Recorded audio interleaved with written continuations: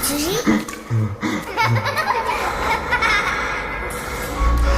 তুমি লুকাও, আমি ঠিকই তোমাকে খুঁজে পাবো।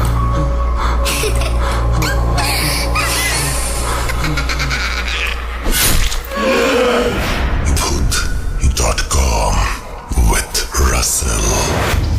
Welcome back. আপনাদের সবাইকে স্বাগত জানাচ্ছি আমি রাসেল। আশা করছি আপনারা সবাই ভালো আছেন, ভালোর দলে আছেন। আর শুক্রবারের এপিসোডে আরও একবার আমার শুভেচ্ছা নিন। ফেব্রুয়ারি মাস চলছে। ফেব্রুয়ারি মাস মানেই সামনে আমাদের বার্থডে।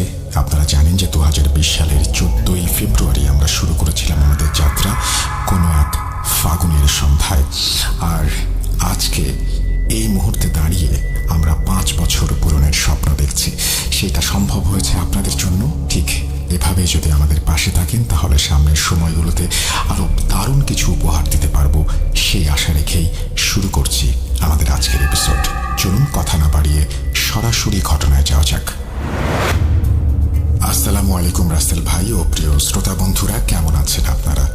আশা করি আল্লাহর রহমতে আপনারা সবাই খুব ভালো আছেন ও সুস্থ আছেন। আমিও ভালো আছি আলহামদুলিল্লাহ। আমি আপনাদের সবার পছন্দের শো ভূত.com এর মডারেটর এবং একনিষ্ঠ ভক্ত মোহাম্মদ জাবিদ আলম, লিখছি ময়মনসিংহ বিভাগ থেকে।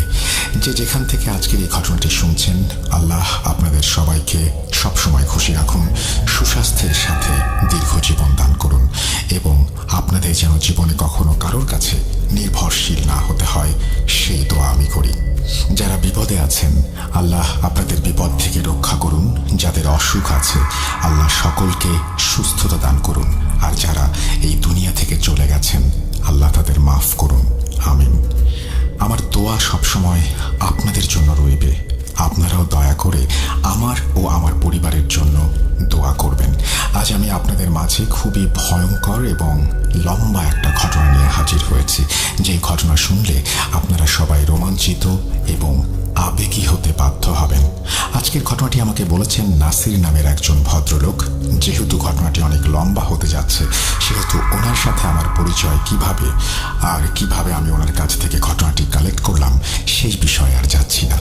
আমি শুধু এইটুকুই বলবো যে চোখের পানি ধরে রাখা খুব কঠিন হয়েছিল আমার জন্য নাসির সাহেবের ঘটনাটি শোনার পর। আমি আপনাদের কাছে একটা দোয়ার আবেদন রাখছি শুধু। আল্লাহ যেন এমন ব্যক্তিদের উপর হিদায়াত নসিব করেন যারা অন্যদের উপরে কালো জাদু করেন বা করান। নাসির সাহেব এত সুন্দর একজন বক্তা যে আপনারা বিশ্বাস করুন, এই ঘটনাটি এতটাই ইমোশনাল ছিল যে আমি চাইছিলাম এটা যেন উনি নিজেই নিজের আওয়াজে শেয়ার করেন আপনাদের সাথে। কিন্তু ওনার এই ইচ্ছা ছিল যে আমি যেন ঘটনাটি ওনার ভাষায় লিখি আর রাসেল ভাই যেন ঘটনাটি পড়েন। আমিও সেই চেষ্টা করেছি। যেভাবে তিনি আমাকে ঘটনাটি বলেছেন সেই ফিলিংস নিয়ে আপনাদের জন্য লিখতে বসেছি আজ।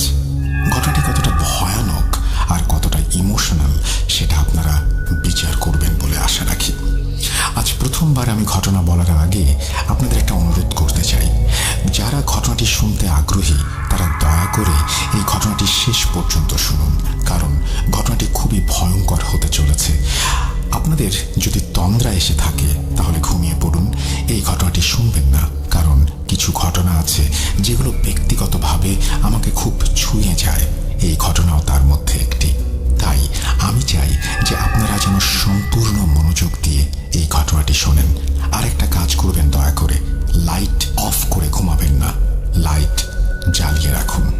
প্রিয় শ্রোতা বন্ধুরা, নাসির সাহেবের বলা ঘটনাটি এখন আমি ওনার ভাষাতেই আপনাদের মাঝে উপস্থাপন করছি এবং অনিচ্ছাকৃত ভুল ত্রুটির জন্য রাসেল ভাই ও আপনাদের নিকট ক্ষমা প্রার্থনা করছি।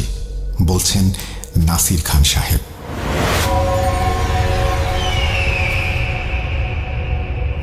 আসসালামু আলাইকুম ভাই, কেমন আছেন? আশা করি ভালো আছেন। আমি মোহাম্মদ নাসির খান। জামালপুরের ছোট্ট কোনো একটি গ্রামে আমার জন্ম। গ্রামে জন্ম হলেও আমি শুধুমাত্র আমার গ্রামের গণ্ডির মাঝেই থেমে থাকিনি। পরিশ্রম, পড়াশোনা সবই করেছি আল্লাহর রহমতে। আজ থেকে প্রায় 6 বছর আগের কথা। আমি জীবনে অনেক পরিশ্রম করেছি, অনেক সংগ্রামও করেছি। আমার বিয়ের পর থেকেই আমি টাকা রোজগার করার উদ্দেশ্যে বিদেশে পাড়ি জমিয়েছিলাম। নিজের মাথার ঘাম পায়ে ফেলেছি, রক্ত পানি করে টাকাও কামিয়েছি। তারপর আমি গ্রামে আমার পরিবারের কাছে টাকা পাঠিয়ে এমন একটি বাড়ি বানালাম যা সম্পূর্ণ গ্রামের ভেতরে একেবারেই আলাদা ছিল। তারপর আস্তে আস্তে গাড়ি করলাম, মানে এখন আমার নিজের গাড়ি বাড়ি সবই আছে, আলহামদুলিল্লাহ। আমি খুবই সুন্দর একটা জীবন কাটাচ্ছিলাম। প্রতি বছর 1-2 বার করে দেশে আসতাম। এই টাকা উপার্জনের সংগ্রামের মাঝে আমাকে 3টি সন্তান দান করেন আল্লাহ। যেন একটা সুখী জীবন শুরু হয়ে গিয়েছিল আমার। যখন মনে হলো আল্লাহর রহমতে অনেক টাকাই কামিয়েছি, তখন দেশে ফিরে আসার কথা চিন্তা করলাম, যেন এখানে এসে একটা ব্যবসা শুরু করতে পারি। আলহামদুলিল্লাহ, আল্লাহর অশেষ রহমতে আমি যে কাজেই হাত দিয়েছি সেই কাজে আল্লাহ আমাকে সফলতা দিয়েছেন। আগে কিছু ছোটখাটো কাজ করতাম, কিন্তু সেগুলোতে তেমন মজা পাচ্ছিলাম না। পরে মোটামুটি একটা বড় কাজ করতে শুরু করলাম, যা ভালোভাবেই চলতে শুরু করলো। এটা বলার উদ্দেশ্য হলো, আমি আমার সম্পূর্ণ পরিবারের মাঝে একদম আলাদা ধরনের ছিলাম। মানে যদি আমি কোথাও পারিবারিক অনুষ্ঠানে যেতাম, তাহলে আমি সবার চোখে আলাদা করে নজরে আসতাম। এসব বলার প্রধান উদ্দেশ্য হলো, এটা তাদের জন্য একটা শিক্ষা যারা লোক দেখানোর জন্য জীবনযাপন করে। আমার মাঝেও এই বিষয়টা অনেকটাই দৃশ্যমান ছিল যে আমি অনেক লোক দেখানো কাজ করতাম, কিন্তু এও নয় যে আমি খুব কৃপণ ছিলাম। আমার হাতটা যথেষ্ট পরিমাণ খোলা ছিল। মানে যদি কেউ আমার কাছে সাহায্য চাইতো, আর্থিক বা অন্য কোনোভাবে, আমি কখনো পিছুপা হতাম না। কিন্তু তবুও কিছু মানুষ থাকে যারা আপনার এই আর্থিক উন্নতি মেনে নিতে পারে না, অর্থাৎ খারাপ দৃষ্টিতে দেখে। আমি কি জানতাম আমার নিজের পরিবারে যে কেউ আমাকে এতটাই হিংসার চোখে দেখেছিলেন যে আমার সাজানো গোছানো সম্পূর্ণ পরিবারটাই ধ্বংস হয়ে যাবে? না, ভাবিনি। এটা নিছক কোনো ঘটনা বা গল্প নয়, এটা একটা শিক্ষা তাদের জন্য যারা খুবই দেখাতে বা খাওয়াতে পছন্দ করেন এবং এসবের মাধ্যমে খুব বাহবা পেতে চান। তাই আপনাদেরকে আমার জীবনের সত্যিটা মনোযোগ দিয়ে শুনতে হবে। আমার ঘটনা বলার উদ্দেশ্য কারো হৃদয়কে ব্যথিত করা নয়, কিন্তু যা আমার সাথে হয়েছে সেটা আল্লাহ না করুক যেন আর কারোর সাথে না ঘটে, আমিন। এবার আমি আমার জীবনের আসল ঘটনার দিকে এগিয়ে যাই। আমার নাম নাসিম খান এবং আমার পুরো পরিবার শেষ হয়ে গেছে এক ভয়ানক কালো জাদুর কারণে। এই ঘটনা শুরু হয়েছিল যখন আমার ব্যবসা ও বাকি কাজকর্ম বেশ ভালোভাবেই চলা শুরু করেছিল। আস্তে আস্তে আমার ব্যবসা এখানে সেট হয়ে গিয়েছিল এবং আমি আমার স্ত্রী ও বাচ্চাদের সঙ্গে একদম সুখী জীবনযাপন করতে লাগলাম। এর মাঝে আমার আম্মু এবং আব্বু ইন্তেকাল করলেন। ওনাদের যেন আল্লাহ বেহেশত নসিব করেন, আমিন। আমি আমার বাবা মায়ের একমাত্র ছেলে ছিলাম, তাই আমাদের পরিবারে এখন আমি, আমার স্ত্রী ও 3 সন্তান ছাড়া আর কেউ নেই। একদিন বিনা কারণেই হঠাৎ করে আমার স্ত্রীর শরীরটা যেন খারাপ হতে শুরু করলো। এতটাই খারাপ যে আমি আপনাদেরকে বলে বোঝাতে পারবো না। প্রথমে ওর প্রচণ্ড জ্বর এলো। আমি ওকে নিয়ে হাসপাতালে চক্কর কাটলাম, কিন্তু কেন যেন কোনো মেডিসিনই ওর উপরে কাজ করছিল না। এরপর ডাক্তার টেস্ট, প্রেসক্রিপশন ইত্যাদি লিখে দিলেন। ডাক্তারের কথা মতো যখন টেস্ট করলাম, সবকিছু একদম নর্মালি আসলো। কোনো ধরনের কোনো রোগের চিহ্নও ছিল না। কিন্তু তারপরেও আমার স্ত্রীর অবস্থা দিন দিন খারাপ থেকে আরো খারাপের দিকে যেতে লাগলো। কখনো কখনো ওর এত প্যানিক অ্যাটাক হতে লাগলো যে মাঝরাতে আমাকে আবার ওকে হাসপাতালে নিয়ে যেতে হতো। আমার বাড়ির শান্তি যেন এবার ক্রমাগত নষ্ট হতে শুরু করলো। আমার স্ত্রীর কি হয়েছে আমি বুঝতে পারছিলাম না। সে ধীরে ধীরে খুবই অসুস্থ হয়ে পড়ছিল। আগে সে শুধু একটু অসুস্থই ছিল, কিন্তু এরপর সে অদ্ভুত অদ্ভুত সব কাজ করতে শুরু করলো। রাতের বেলায় অদ্ভুতভাবে উঠে চিৎকার করতে শুরু করত এবং আমাকে বলতো যে ঘরের মধ্যে কেউ দাঁড়িয়ে আছে। এক রাতের কথা, আমি ঘুমাচ্ছিলাম। হঠাৎ আমার কানের কাছে এক অদ্ভুত গুঞ্জনের আওয়াজ শুনতে পেলাম। সেই আওয়াজ শুনে যখন আমার চোখ খুলল, তখন দেখলাম আমার স্ত্রী অদ্ভুতভাবে সিলিংয়ের দিকে তাকিয়ে আছে। ওর এক চোখ খোলা আর এক চোখ বন্ধ। ওর যে চোখটা খোলা ছিল সেই চোখের কর্নিয়ার আকারটা বেশ বড় ছিল বলে মনে হচ্ছিল। সে এক অদ্ভুত ভাষায় কি যেন বিড়বিড় করে পড়ছিল। আমি এসব দেখে খুবই ভয় পেয়ে গিয়েছিলাম। আমি আমার বউকে ধাক্কা দিয়ে জাগানোর চেষ্টা করছিলাম, কিন্তু যতবার আমি ওর হাতে বা কাঁধে হাত দিচ্ছিলাম, নাড়াচাড়া করার চেষ্টা করছিলাম, ততবার তার আওয়াজের স্বর আরো উঁচু হচ্ছিল। আমি তাকে এবার বসে আরো উচ্চ স্বরে কি যেন পড়ছিল। ও ঠিক কি পড়ছিল আমি আজও জানি না। আমার কথা বা কাজে কোনো কিছুই হচ্ছে না দেখে আমি তাকে তার মতো করে ছেড়ে দিলাম আর বসে বসে কাঁদতে লাগলাম। কিছুক্ষণ পর সে আঙুল দিয়ে ছাদের দিকে ইশারা করলো, কিন্তু এতক্ষণ সে যা পড়ছিল সেটা বন্ধ না করে বরং পড়তেই রইল। সেটা বাংলা, ইংরেজি, ফার্সি বা হিব্রু বা অন্য কোনো ভাষায় ছিল না, আমি নিশ্চিত। এটা অন্যরকম কিছু একটা ছিল যার কোনো জ্ঞান আমার মাঝে আজও নেই। মাঝে মাঝে মনে হতো যে ওটা আসলে কোনো ভাষাই ছিল না। আমার স্ত্রীর গলার বিকৃত আওয়াজ এক অস্বাভাবিক ফ্লোতে যেন চলছিল আর চলছিল। এই দৃশ্য যে আমার কাছে কতটা ভয়ানক ছিল হয়তো বলার সময় আপনারা বুঝতে পারছেন না, কিন্তু ওই সময়টা আমি কিভাবে পার করেছিলাম সেটা আমি জানি আর আমার আল্লাহ জানেন। আমার সন্তানেরা ঘরের ভেতর ভয়ে চিৎকার করতে লাগলো, কাঁদতে লাগলো, কিন্তু বাচ্চাদের কান্না শুনে মায়ের ওপর কোনো প্রভাব পড়ছিল না। আসলে ওদের মা তো তখন এক অন্য দুনিয়ায় অবস্থানরত ছিলেন। কি করে বাচ্চাদের কথা চিন্তা করবেন তখন? এভাবেই সেই রাতটা কেটে গিয়েছিল আমাদের। এরপর আমি আল্লাহর কালামের আয়াত আওড়াতে শুরু করলাম এবং ধীরে ধীরে আমার স্ত্রী ওই বাজে অবস্থা থেকে বেরিয়ে আসতে শুরু করলো। যখন ও এই অবস্থা থেকে বেরিয়ে এলো তখন সে আমাকে জানালো যে ও কিছুই মনে করতে পারছে না যে ওর সাথে কি হয়েছিল এতক্ষণ। আমার স্ত্রীর নাম ছিল মারিয়াম। ওকে আমি মারিয়া বলে ডাকতাম। মারিয়ার এই অবস্থা দেখে এতটুকু অন্তত আমি বুঝতে পেরেছিলাম যে ওর অসুস্থতাটা নর্মাল নয়। মারিয়ার মামলাটা একটু আলাদাই ছিল। আমি গ্রামের কাছের মসজিদের একজন প্রবীণ হুজুরকে বাড়িতে নিয়ে এসে মারিয়াকে দেখালাম, যিনি নর্মালি দোয়া কালাম করে রোগীর চিকিৎসা করতেন। তিনি নিজের মতো করে দোয়া করলেন এবং কিছু পানি পড়া দিলেন এবং বললেন যে এটা সকাল, সন্ধ্যা ও রাতে মারিয়াকে পান করাতে হবে। মারিয়া আস্তে আস্তে কিছুটা সুস্থ হতে শুরু করলো, কিন্তু সে এতটা সুস্থ হয়নি যে আমি বলতে পারতাম আমার বউ সম্পূর্ণরূপে ভালো হয়ে গেছে। আসলে রোগটা তো তার ভেতরেই ছিল। কিছুদিন পর মারিয়া আবার অসুস্থ হতে লাগলো। এবার ওর অবস্থা এমন ছিল যে ও সারাটা দিন বিছানায় পড়ে থাকতো, কিন্তু এবার এমন কিছু একটা হতে চলেছিল যা আমার কল্পনাতেও আসেনি। মারিয়া তখন সারাদিনই অসুস্থ থাকতো। এক রাতে আমি আমার ঘরে ঘুমাচ্ছিলাম, আমার বাচ্চারাও ঘুমাচ্ছিল আমার সাথে। এখানে বলে রাখা ভালো যে এখন আমার অভ্যাসটা এমন ছিল যে আমি আমার ডাবল বেডের সাথে একটা রুমে একটা চাদর বিছিয়ে রেখেছিলাম। সেই সময় গ্রামে শীতকাল ছিল এবং প্রচণ্ড ঠান্ডা ছিল। মানে যদি আপনি আপনার হাত কম্বল থেকে বের করেন তাহলে আপনার হাত যেন বরফ হয়ে যাবে এমন অবস্থা।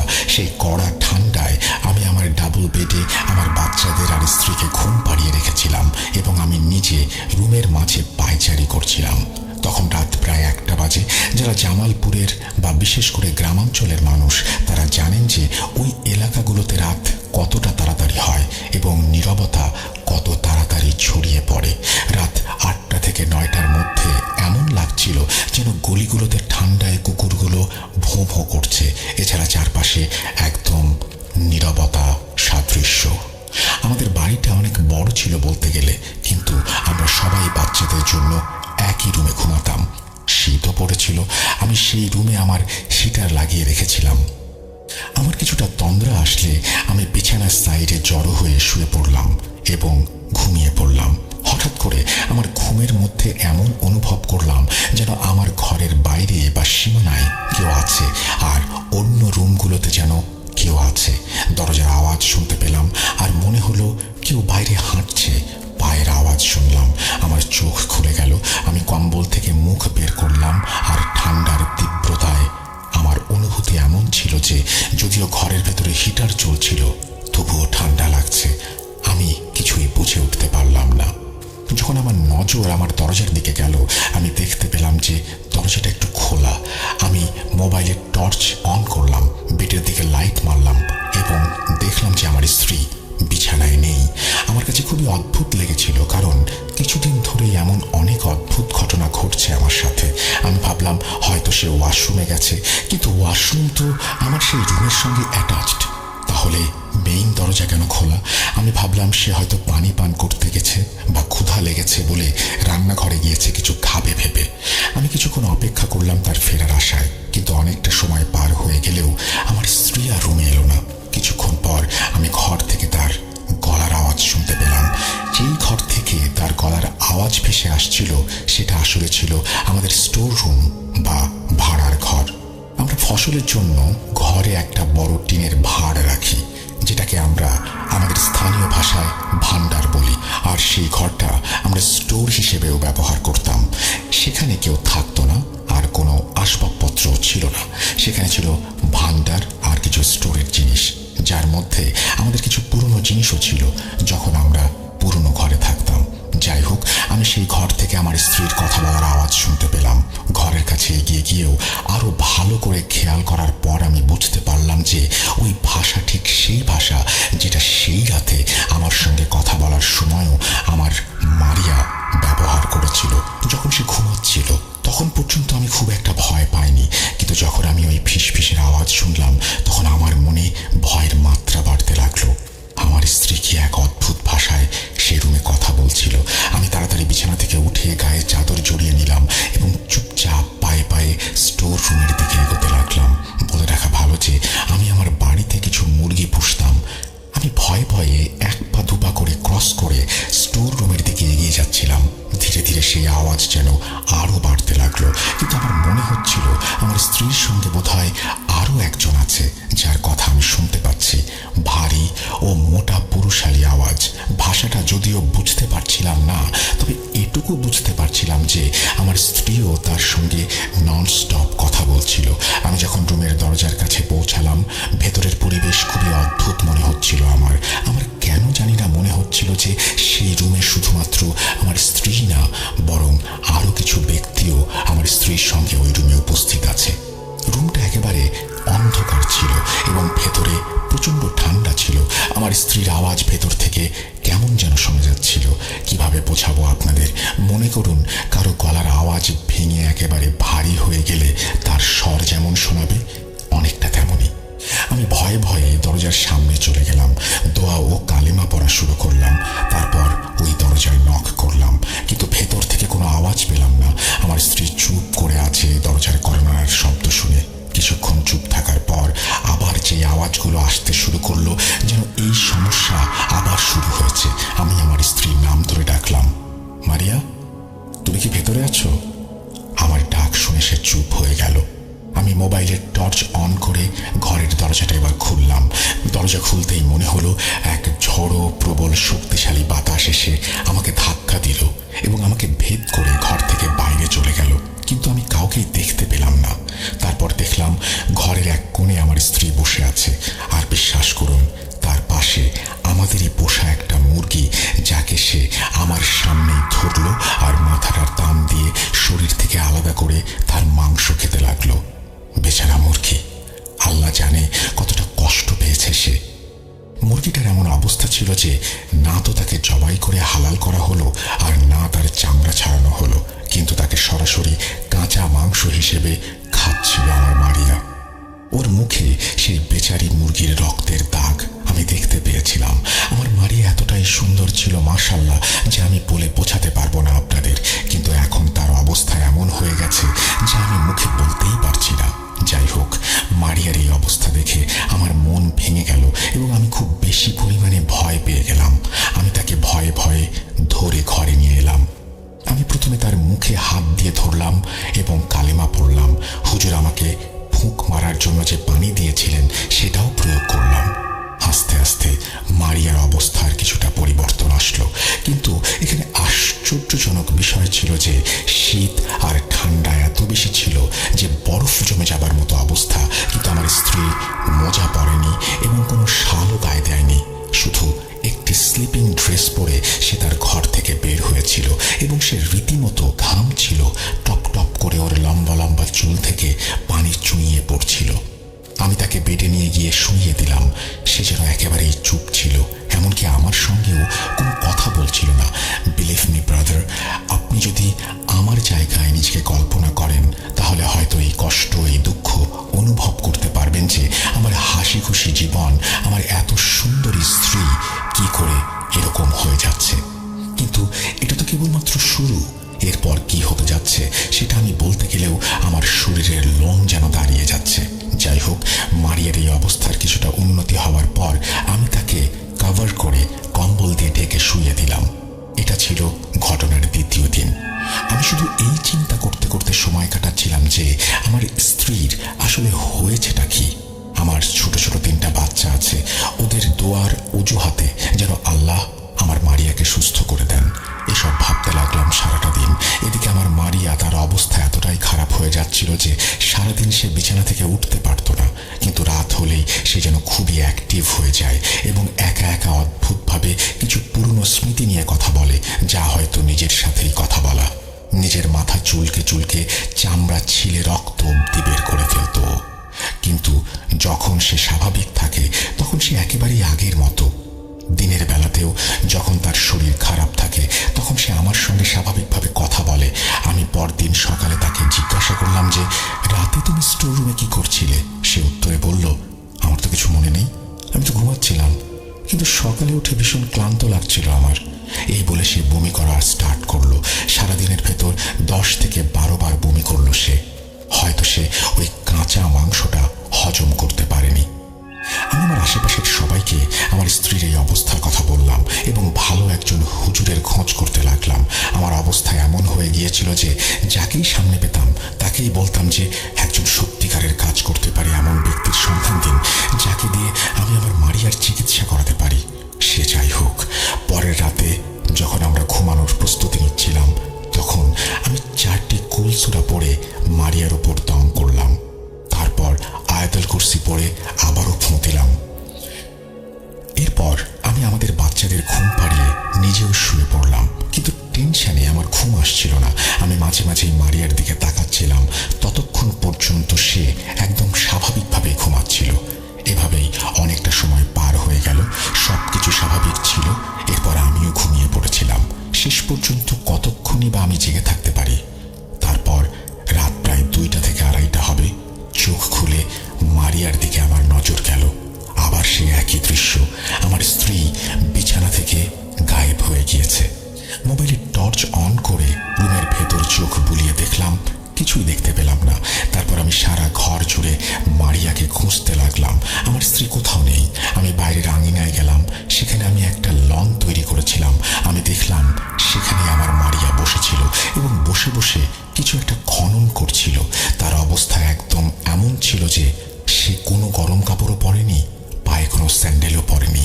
সে একদম খালি পায়ে এবং খোলা চুলে সেখানে বসে কাজ করছিল। আমি তাকে দেখে অবাক হয়ে গিয়েছিলাম যে এই শীতে কিভাবে একজন এই পোশাকে বাইরে থাকতে পারে। এরপর আমি দেখলাম সে কিছু একটা খুঁজছে। আমি ওকে নাম ধরে ডাকছিলাম, কিন্তু ওর কোনো ভ্রুক্ষেপই নেই আমার দিকে।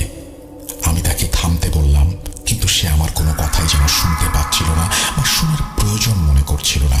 এরপর আমি তাকে জোর করে তুলে নিয়ে তার হাত আমার কাঁধে রেখে সাপোর্ট দিয়ে ঘরে নিয়ে এলাম। আর সে এমন অদ্ভুত একটা আওয়াজ করছিল যেন এতক্ষণ সে অনেক কঠোর পরিশ্রম করেছে।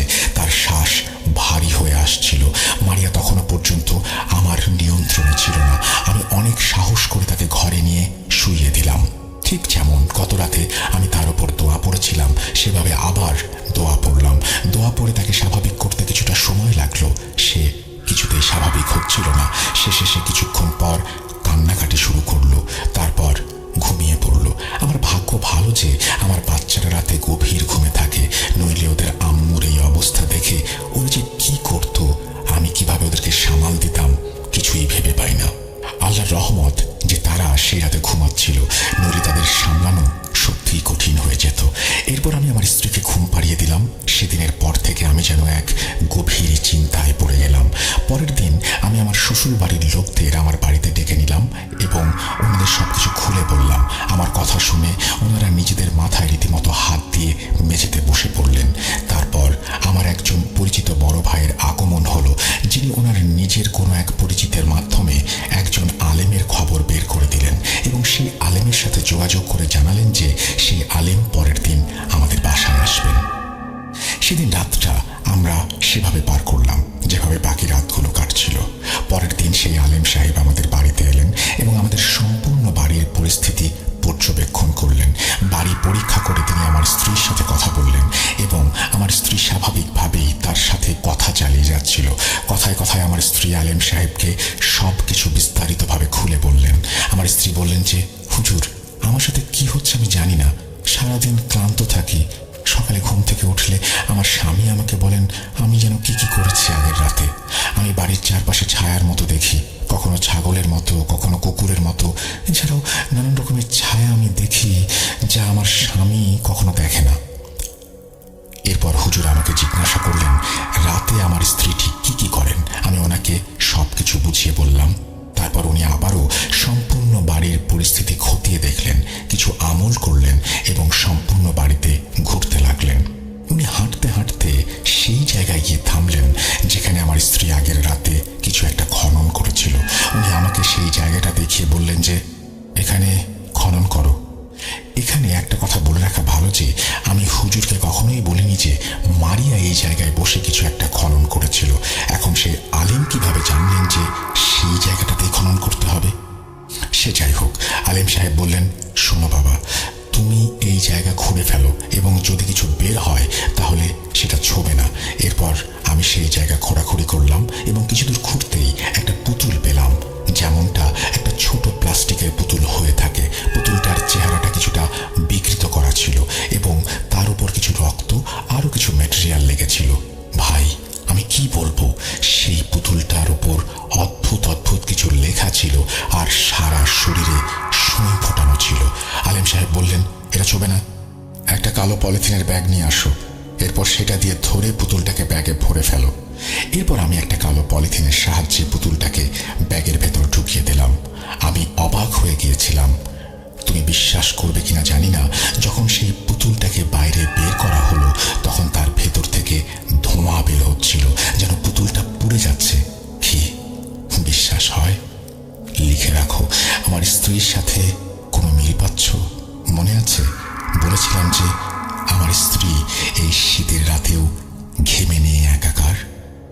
যাই হোক, পুতুলটাকে ব্যাগে ঢোকানোর পর আলেম সাহেব সেটা আমার হাত থেকে নিয়ে নিলেন এবং আমার শ্যালকার আমাকে বললেন যে এটা এমন জায়গায় দাফন করো যেখানে কেউ আসবেও না আর এটা খুঁজেও পাবে না, জলদি করো। আমি আর আমার শ্যালক এমন একটা জায়গা খুঁজে বের করলাম যা সম্পূর্ণরূপে মানুষের নাগালের বাইরে ছিল। আমরা এরপর সেই জায়গায় একটা গর্ত করে পুতুলটাকে দাফন করে এলাম। আলিম সাহেব আরও বলেছিলেন যে তোমরা যখন এটা দাফন করবে তখন পেছনে তাকাবে না। ওনার কথা মতো আমরা পেছনে তাকাইনি, কিন্তু কি বলবো ভাই, সেই সময়টা যে কি ছিল, চারপাশে যে কি নিস্তব্ধতা ছিল, এসব ভাবলে আজও শরীরের ভেতরে ঠান্ডা বাতাসের স্রোত বয়ে যায়। যাই হোক, আমাদের উপর শর্ত ছিল যে পুতুলটাকে রাতের অন্ধকারে দাফন করতে হবে। যখন আমরা সেটাকে দাফন করে ফিরে আসছিলাম, আমাদের মোটর সাইকেল একটু দূরে দাঁড় করানো ছিল। সামনে পায়ে হেঁটে যেতে হয়েছিল যেখানে পুতুলটাকে দাফন করা হয়েছিল সেখান থেকে। জায়গাটা ছিল এক ধরনের জঙ্গল, যেমন গ্রামের জঙ্গল হয় আর কি। সেই জঙ্গল থেকে আমাদের কানে কান্নাকাটির আওয়াজ ভেসে আসতে লাগলো, যেন অনেক মানুষ একসাথে চেঁচামেচি করছে, কোনো জন্তু পাখির মতো। আমি বলে বোঝাতে পারবো না যে সেই সময়টা কতটা ভীতিকর পরিস্থিতির সৃষ্টি হয়েছিল। তবে শর্ত মতো আমরা পেছনে তাকাইনি, যেহেতু আলিম সাহেব বলেছিলেন যাই হোক না কেন পেছনে ফিরে তাকানো যাবে না। এসব শয়তান তোমাদের বাধ্য করবে যেন তোমরা পেছনে ফিরে তাকাও। হুজুরের কথা মতো কাজ শেষ করে যখন আমরা ফিরে যাচ্ছিলাম, আমাদের মনে হচ্ছিল অনেকগুলো মানুষ আমাদের পেছন থেকে ডাকছে এবং আমাদের সাথে সাথেই চলছে। আমরা সাহসিকতার সাথে সবকিছু উপেক্ষা করে শুধু কোরআনের আয়াত পড়তে লাগলাম এবং যেভাবেই হোক বাইক স্টার্ট করলাম এবং সেই জায়গা থেকে বেরিয়ে এলাম।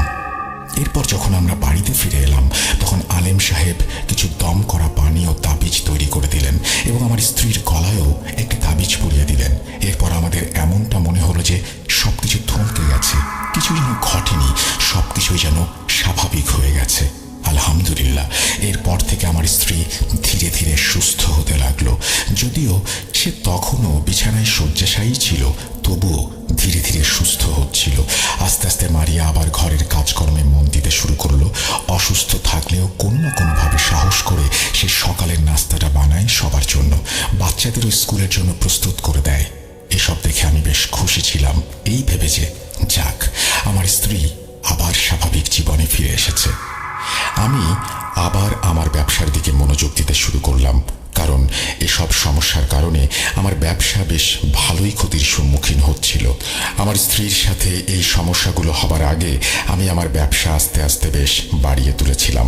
মানে আমার একটা দোকান থেকে আয় বাড়তে বাড়তে এখন আমার আরও 5-6টা দোকান হয়ে গিয়েছিল। কিন্তু আমার স্ত্রীর এইসব সমস্যার কারণে সবকিছুই ক্ষতির সম্মুখীন হয়েছিল। এই সমস্যার পর আমার কাছে আর মাত্র 2টা দোকানই বাকি ছিল, কিন্তু তখনও আমি হাল ছাড়িনি। আমি আমার পরিশ্রম চালিয়ে যাচ্ছিলাম এই ভেবে যে জীবন চালাতে হলে কিছু একটা করে রিজিকের ব্যবস্থা করতে হবে। আমি পরিশ্রম করব, ইনশাআল্লাহ তাআলা আবার আমার সবকিছু ঠিক হয়ে যাবে। যদিও ক্ষতি কিছু হয়েছিল, তবু আমি মোটামুটি স্টেবলই ছিলাম। এমন না যে আমি খুব বড় ক্ষতির মধ্যে পড়ে গিয়েছি। যাই হোক, আমি আমার কাজে মনোযোগ দিলাম, কিন্তু আল্লাহর প্ল্যান হয়তো কিছুটা অন্যরকমই ছিল। আলেম সাহেব যাবার আগে আমাকে বলেছিলেন যে, বাবা শোনো, তোমার একজন আত্মীয় আছেন, মারাত্মক হিংসার বশবর্তী হয়ে তোমার পরিবারের ওপর কালো জাদু করিয়েছে। এখন তোমাকে ট্রেস করতে হবে সে কে।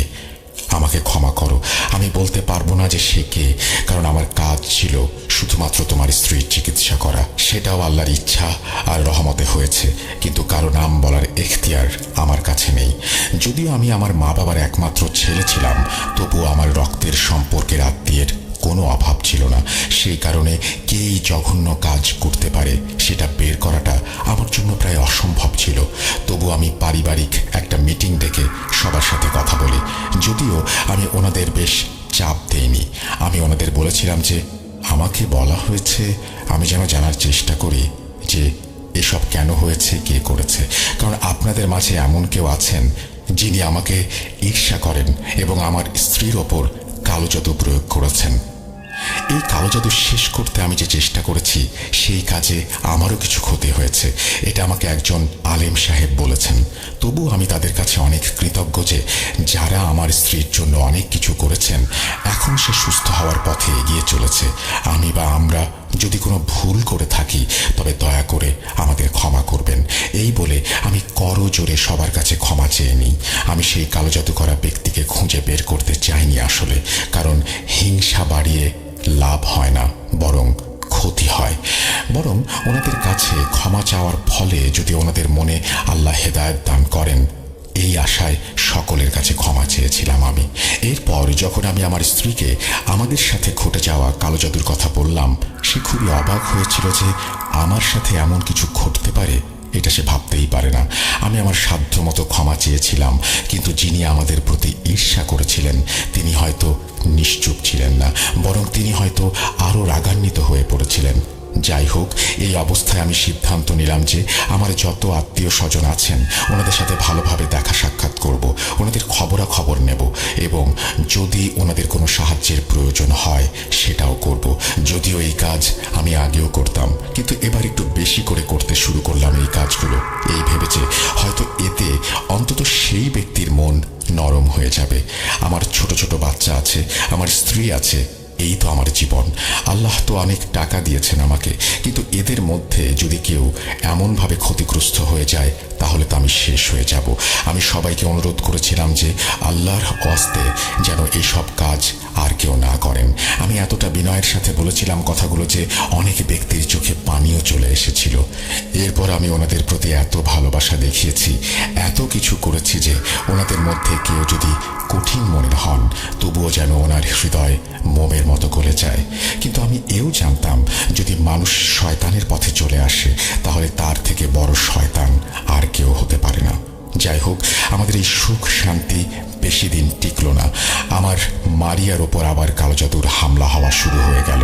আমার স্ত্রী আবার অসুস্থ হতে শুরু করলেন এবং এবার যেন এই আক্রমণটা আরও মারাত্মক আকার ধারণ করলো। এবারের সমস্যা যেন আরও ভয়ঙ্কর ছিল। আবারও একবার আমার স্ত্রী অদ্ভুত সব আচরণ করতে শুরু করলো। এক রাতের ঘটনা বলি, তখন আমি ঘুমিয়েছিলাম, আমার স্ত্রী আমার পাশেই ঘুমোচ্ছিল আর আমার বাচ্চারাও ঘুমোচ্ছিল। রাতের এক সময় আমার বাচ্চাদের চিৎকারের আওয়াজ শুনে আমি ঘুম থেকে জেগে উঠলাম।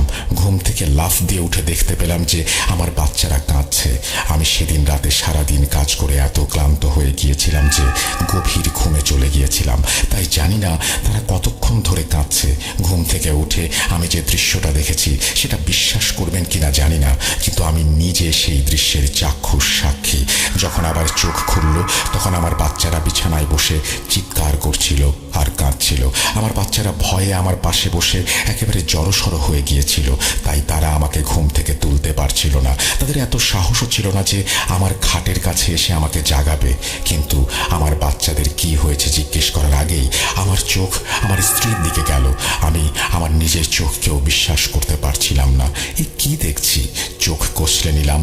এরপর দেখলাম আমার স্ত্রী হাওয়ায় উড়ছিল, যেন সে শূন্যে ভাসছে।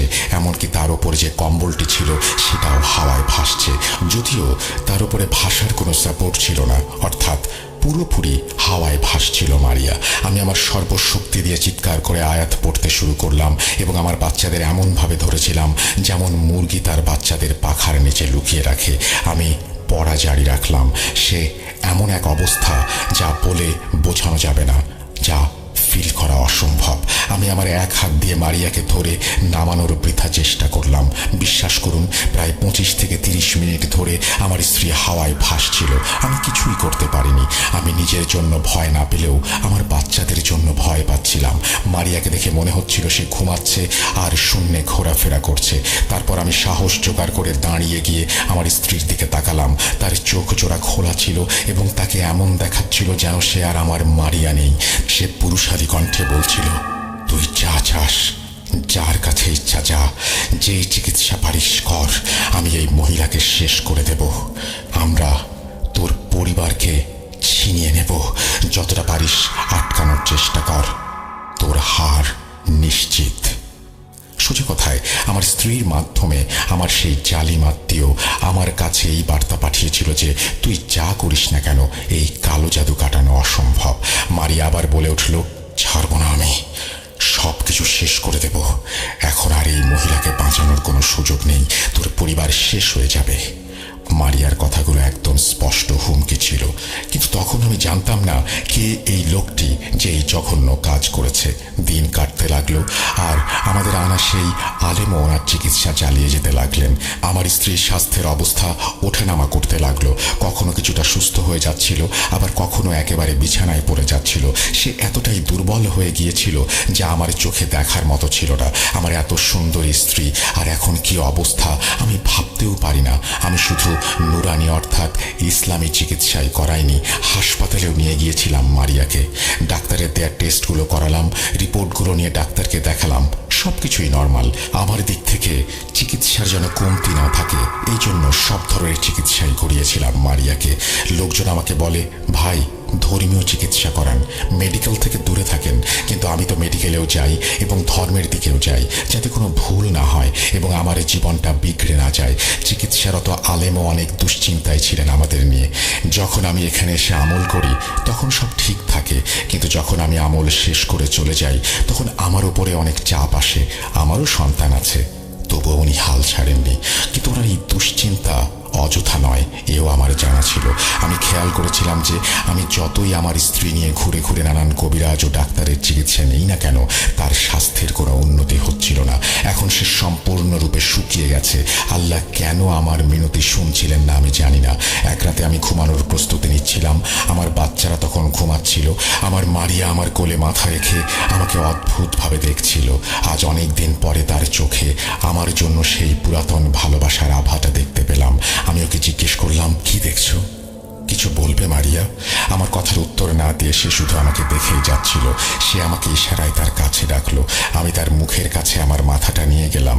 সে শক্ত করে আমার হাত ধরে বলল, যদি আমার কিছু হয় তাহলে আমার বাচ্চাদের খেয়াল রেখো। ধুর বলে আমি তাকে বললাম, তুমি এসব কথা কেন বলছো মারিয়া? সে বলল, যাই হোক, আমাকে কথা দাও, যদি আমার কিছু হয় তাহলে আমার বাচ্চাদের খেয়াল রাখবে। সেই কথাগুলো বলেছিল আর বারবার আমার চোখের দিকে তাকিয়েছিল। ওই দিন আল্লাহ তাআলা স্বামী স্ত্রীর সম্পর্কটাকে কতটা মধুর ও সুন্দর করে বানিয়েছেন। যদি নেককার বউ পাওয়া যায় তাহলে এই দুনিয়ায় পুরুষের জন্য জান্নাত তৈরি হয়। আমি আমার এই বউকে নিয়ে কখনোই কোনো অভিযোগ করিনি, কারণ তিনি খুব ভালো একজন গৃহিণী ছিলেন, যিনি আমার বাচ্চাদের সামলেছেন, আমাকে সাপোর্ট দিয়েছেন। এই সব কিছু যা আল্লাহ পাকের পক্ষ থেকে আমার জন্য উপহার। এবং যা কিছু আমি পেয়েছি তার কারণেই পেয়েছি। যদি আমি জীবনে কোথাও সফল হয়ে থাকি সেটা আল্লাহর রহমত এবং আমার স্ত্রীর সমর্থন আর আমার বাবা মার দোয়ার কারণেই হয়েছে। না জানি কোনো কারণে ওই রাতে সে আমার দিকে তাকিয়েই রইল আর কাঁদতে থাকলো। তার মায়াবী চোখে সীমাহীন অশ্রু ছিল আর চোখগুলো আস্তে আস্তে লাল হয়ে যাচ্ছিল। আমি তাকে সাহস দিলাম আর নিজেকেও শক্ত করলাম। তোমার কিছু হবে না মারিয়া, তুমি আমার সাথেই আছো আর সারা জীবন আমরা একসাথেই থাকবো ইনশাল্লাহ। সে কোনো উত্তর না দিয়ে আমাকে অবিরত দেখায় ব্যস্ত ছিল। আমি তাকে বললাম, তুমি শুয়ে পড়ো, কিন্তু সে জানালো যে সে শোবে না। সে আমাকে বলেছিল, তুমি আমার পাশে বসে থাকো। অনেকক্ষণ ধরে আমি তার সাথে বসেছিলাম। ধীরে ধীরে তার অবস্থা এতটাই খারাপ হয়ে যাচ্ছিল যে সে আর কোনো কথাই বলতে পারছিল না। অনেকক্ষণ পরে সে আমাকে বলল, এবার তুমি গিয়ে শুয়ে পড়ো। আমি জানতাম না এটাই ছিল মারিয়ার সাথে আমার শেষ রাত আর ওর মুখে বলা সর্বশেষ উক্তি। আমি যদি জানতাম যে এটাই ওর জীবনের শেষ রাত তবে আমি কখনোই বিছানায় গিয়ে শুয়ে পড়তাম না। কিন্তু আমি জানতাম না। আমি তাকে শোয়ালাম, তার কপালে হাত রাখলাম, তার চুলে হাত রাখলাম, তাকে ভালোবাসার চোখে দেখলাম। তারপর আমি আমার বিছানায় গিয়ে শুয়ে পড়লাম। রাতের কোনো এক প্রহরে আমার চোখ খুলল। আমার অভ্যাস ছিল যে রাতে আমার ঘুম ভাঙলেই আমি আমার ডান পাশে ফিরে স্ত্রীর দিকে তাকাতাম। সেদিন রাতেও ঘুম ভাঙতেই আমি একটা শব্দ শুনলাম, যেন অন্য রুমে কিছু বন্য মানুষ আনন্দ উল্লাস করছে। শব্দটা একদমই তেমন ছিল যেন কোনো জলসা হচ্ছে। আমি দেখলাম আমার স্ত্রী আমার বিছানায় নেই, সে তার বিছানা থেকে গায়েব। আমি ঘর থেকে বেরিয়ে সেই স্টোর রুমে যেতে লাগলাম যেখান থেকে শব্দগুলো আসছিল। আমি যখন রুমের দিকে যাচ্ছিলাম তখন আমার কানে ক্ষীণ আওয়াজ আসতে লাগলো, যেভাবে অনেকগুলি জঙ্গলের মানুষ হইচই করে। মাবুদ, সেই আওয়াজ খুব বেশি লাউড ছিল না, কিন্তু খুবই বিকৃত রকমের ছিল।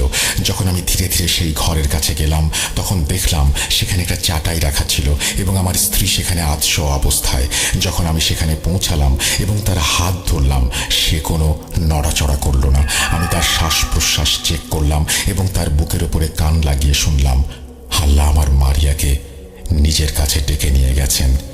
ইন্না লিল্লাহি ওয়া ইন্না ইলাইহি রাজিউন। ওর হৃৎপিণ্ডটা শব্দ করা বন্ধ করে দিয়েছিল। যে ভয় ছিল সেটাই সত্য হলো। প্রিয় লিসেনার্স, আমি সাবিত ঘটনার এই পর্যায়ে একটু থামতে চাই। নাসির সাহেব ওনার স্ত্রীর মৃত্যুর কথা বলে আমার সামনে যেন এক শিশুর মতো কান্নাকাটিতে ভেঙে পড়েছিলেন। ওনার কথাগুলো শুনে নিজের অজান্তেই যেন আমার নিজের চোখ জোড়া ভিজে উঠেছিল। আমি জীবনে অনেক কালো জাদু রিলেটেড ঘটনা শুনেছি, কিন্তু কখনো এতটা কষ্ট পাইনি যে আমার নিজের চোখেও পানি চলে আসে। উনি আসলে ওনার স্ত্রীকে কতটা ভালোবাসতেন সেটা স্পষ্ট বোঝা যাচ্ছিল ওনার কথায়। আমি এরপর নাসির সাহেবকে নিয়ে দোকান থেকে পানি কিনে খাওয়ালাম। কিছুক্ষণ রাস্তায় হাঁটলাম ওনাকে শান্ত করার জন্য। উনি কিছুটা শান্ত হয়ে আমাকে আবার ঘটনার বাকি অংশ বলতে শুরু করলেন। আরও একবার বলছেন নাসির সাহেব, সেদিনের পর থেকে আমার দুনিয়া যেন উজাড় হয়ে গিয়েছিল। আমার স্ত্রী মারা গেলেন। সেই কালো জাদু আমার স্ত্রীর জীবন কেড়ে নিয়েছে। আমার স্ত্রী এখন আর এই দুনিয়াতে নেই। আমি সেই রাতে মারিয়ার লাশ আঁকড়ে ধরে ছোট বাচ্চাদের মতো কেঁদেছিলাম। যেই শয়তানের বাস আমার মারিয়ার ভেতরে ছিল সে তার কাজ সম্পন্ন করে গেছে। মানুষ কি পায় আমি জানি না। কারোর জীবন নষ্ট করে কি হাসিল হয়? মারিয়াকে মেরে সেই লোক কি কোনো টাকা পেল? কোনো জাহান পেয়ে গেল? কিছুই তো না। তাহলে কেন এই প্রতিহিংসা? জানি না আমি। আসলে এই কালো জাদু জিনিসটা খুবই বিপজ্জনক।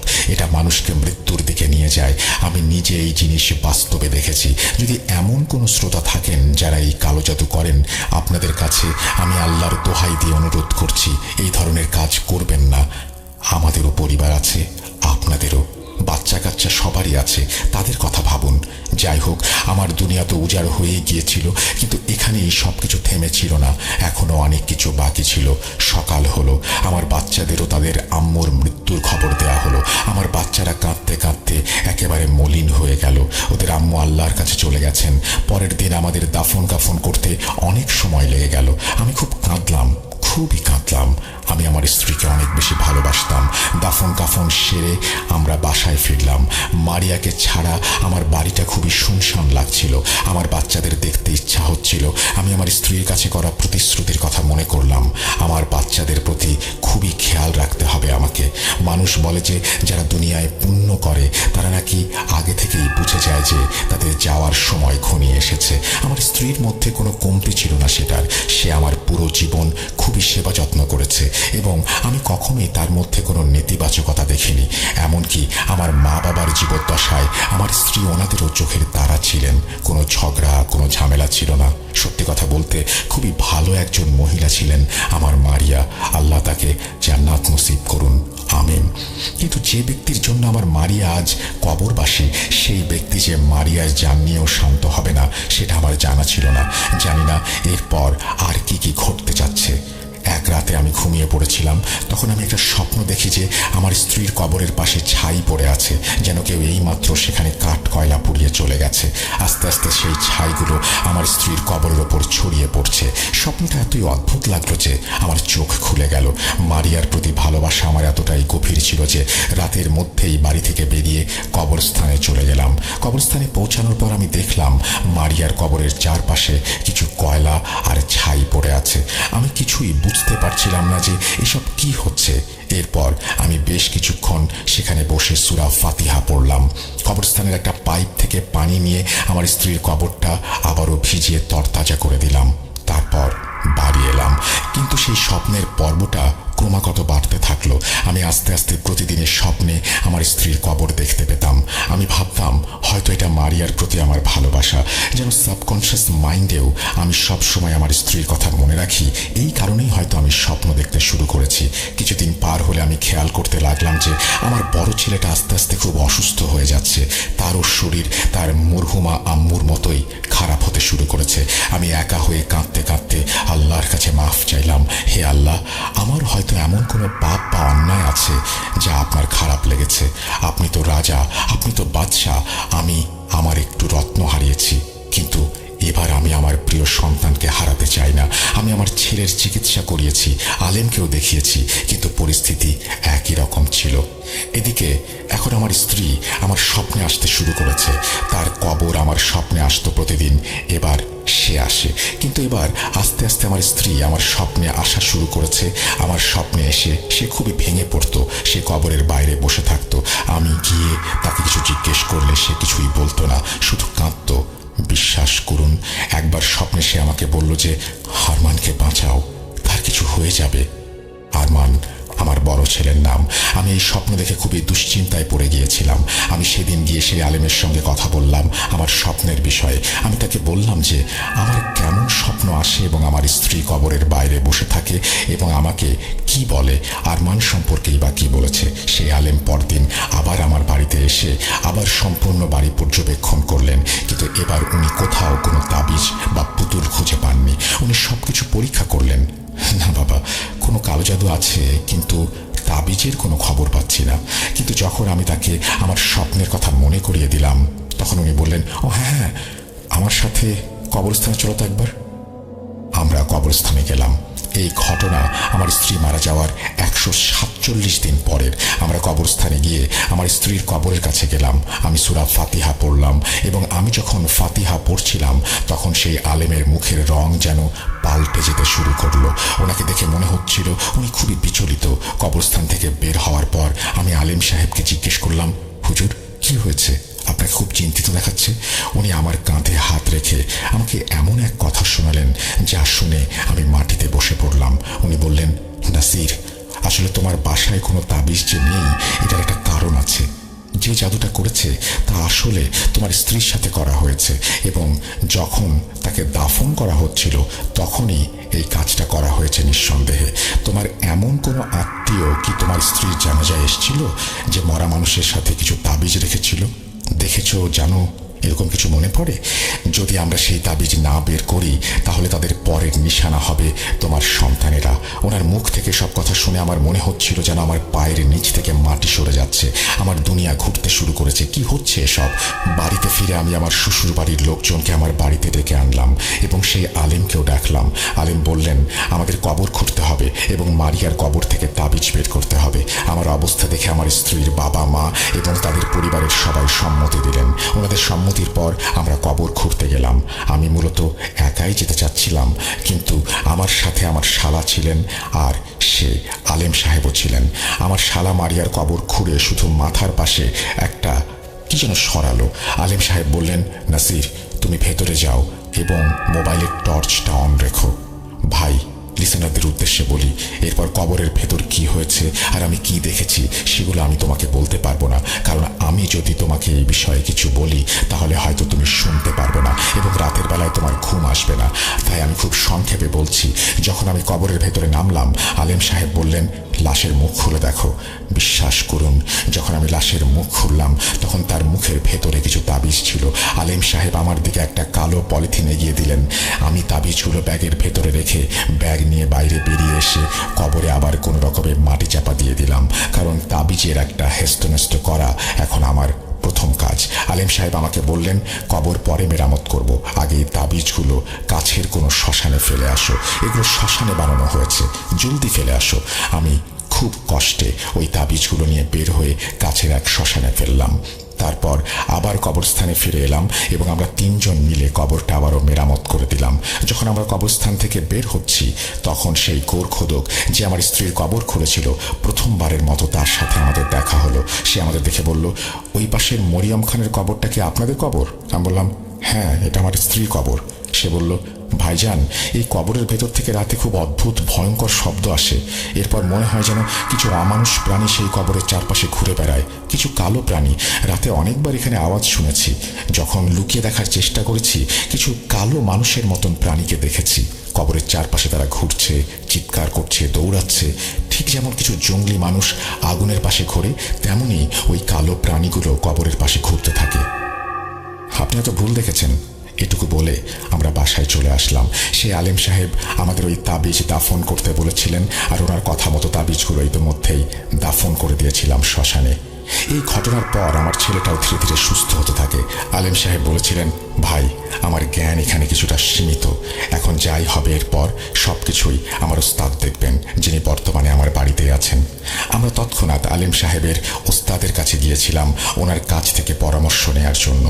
সব কিছু খুলে বলি, উনি সম্পূর্ণ ঘটনাটা শুনে একটা পরিকল্পনা করলেন। উনি বললেন, আমাদেরকে রাতে ওই কবরস্থানে যেতে হবে। আমি আর আমার এই শাগরিদ, যে আগে তোমার স্ত্রী আর ছেলের চিকিৎসা করেছে, আমাদের দুজনকে সেখানে গিয়ে কিছু কাজ করতে হবে।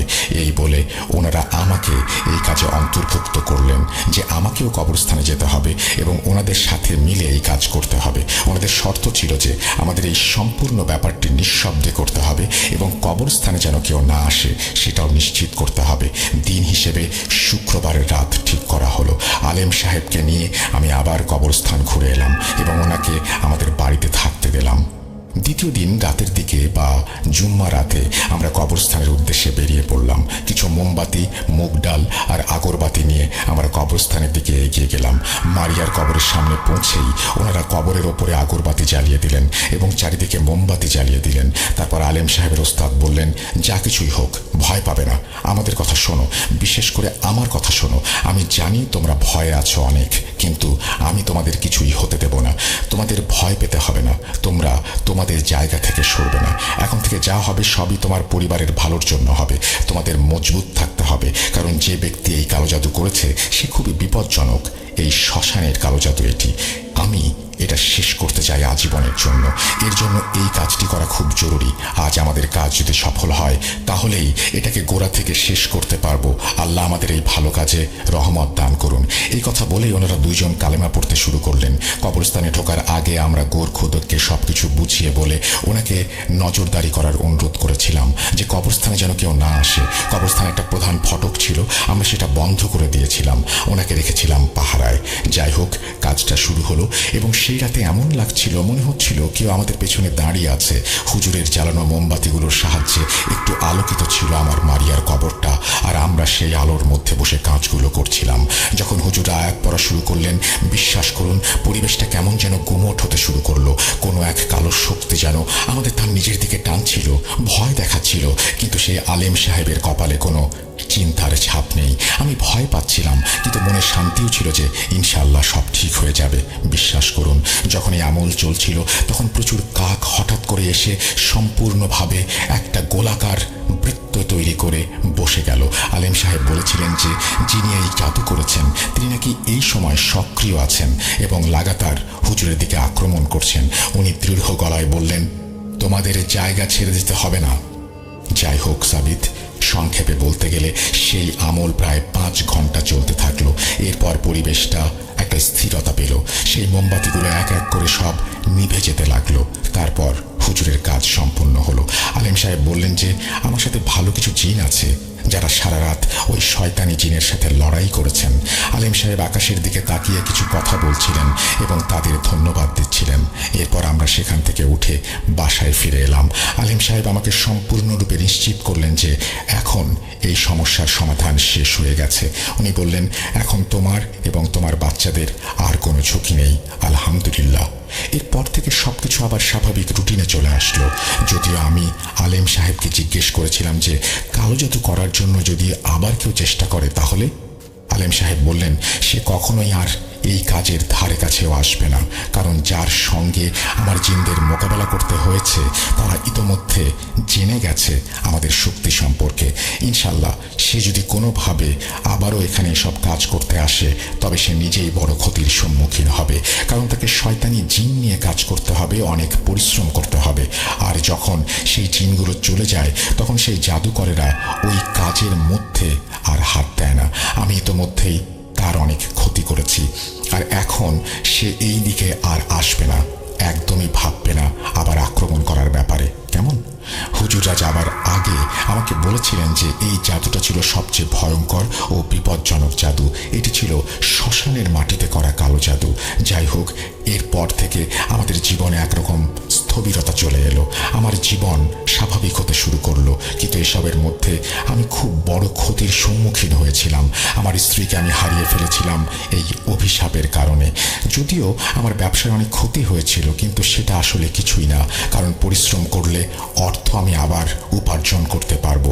কিন্তু আমার সবচেয়ে বড় দুনিয়া ছিল আমার স্ত্রী এবং আমার সন্তানেরা, যেখানে আমার স্ত্রী এখন আল্লাহর কাছে চলে গেছেন। এই ঘটনাগুলো শুধুমাত্র ঘটনা নয়, এগুলো আমাদের জন্য চরম শিক্ষা। হে আল্লাহ, আমাদের সবাইকে আপনি ক্ষমা করুন, আমিন। আমি একটা কথাই বলবো, যদি আল্লাহ আপনাকে অনেক কিছু দিয়ে থাকেন তাহলে দেখানোর দরকার নেই। এগুলো আমাদের না, আসলে আল্লাহ আমাদের এগুলো দান করেন। তাই যা আমাদের না সেটা নিয়ে অন্যদের দেখিয়ে বেড়ানোটা মোটেও উচিত নয়। আমাদের কাছে গাড়ি আছে, বাড়ি আছে, সেটা আমরা নিজেরাই উপভোগ করি। আল্লাহর দেয়া সব ভালো জিনিস সুন্নত, কিন্তু মানুষকে দেখাতে গিয়ে অহেতুক গর্ব করা উচিত না। যদি আল্লাহ আপনাকে এত কিছু দিয়ে থাকেন তাহলে আগে আপনার আত্মীয়দের খোঁজ খবর করুন, বিশেষ করে যারা দরিদ্র তাদের সাহায্য করুন। যদি আপনার হাতে আরও কিছু থাকে তাহলে এমন লোকদের খোঁজ করুন যারা এসবের অভাবে রয়েছে, সাহায্য করুন তাদের। আমি আশা করি আমার এই কাহিনী আপনাদের জীবনে কিছু মূল্যবান শিক্ষা যোগ করেছে। দয়া করে মনে রাখবেন, আমার স্ত্রীর মাগফিরাতের জন্য দোয়া করবেন এবং আমার ছেলে মেয়েদের জন্য দোয়া করবেন। আমিও দোয়া করছি। যারা ভূত.com শোনেন, আল্লাহ তাআলা তাদের সবাইকে স্বাস্থ্য ও সুস্থতা দান করুন। আর যাদের মনে হিংসা আছে, যারা প্রতিহিংসা পুষে রাখেন, তাদের শত্রুতা থেকে আমাদের রক্ষা করুন। আপনারা ভালোভাবে থাকবেন। আল্লাহ হাফেজ। এই বলে নাসির সাহেব ওনার ঘটনাটি শেষ করেছেন। ঘটনা বলা শেষ করে উনি দাঁড়িয়ে গেলেন আর আমার সাথে হাত মিলিয়ে হাঁটা ধরলেন নিজের গন্তব্যের উদ্দেশ্যে। হয়তোবা উনি নিজের চোখের পানি আর মনের কষ্টটা আরও একবার আমাকে দেখাতে চাননি। ঘটনাটা শুনে আমি এক দুঃখ ভারাক্রান্ত মন নিয়ে বাড়ি ফিরে এলাম। প্রিয় লিসেনার্স, এই ছিল আপনাদের জন্য কালেক্ট করা আমার আজকের ঘটনা। লম্বা ঘটনা যাদের ভালো লাগে না, আমি তাদের নিকট ক্ষমা প্রার্থী। ঘটনা যদি আপনাদের একটুও ভালো লেগে থাকে তাহলে আমি আপনাদের কাছে কৃতজ্ঞ থাকব। আর যদি ভালো লেগে না থাকে তবে আমি ক্ষমা প্রার্থী। আমি মোহাম্মদ সাবিত আলম বিদায় নিচ্ছি। আপনাদের দোয়ায় আমাকে মনে রাখবেন। আল্লাহ হাফিজ। এই বলে সাবিত তার ঘটনা শেষ করেছেন। চমৎকার একটি ঘটনা, অনেক বড় একটি ঘটনা, অনেক মর্মান্তিক একটি ঘটনা, অনেক হৃদয় স্পর্শ করার মতো একটি ঘটনা। যদি ভালো লাগে আমাদের কমেন্ট সেকশনে জানাবেন। যারা আমাদের ইউটিউব চ্যানেলটির সাথে সংযুক্ত আছেন তাদেরকে বলবো সাবস্ক্রাইব করার জন্য। যাদের ভালো লেগেছে তারা অ্যাটলিস্ট কমেন্ট সেকশনে গিয়ে সাবিতকে ধন্যবাদ দেবেন, উৎসাহিত করবেন তাকে পরবর্তী ঘটনার জন্য। আমরা চলে যাব আমাদের পরবর্তী ঘটনায়।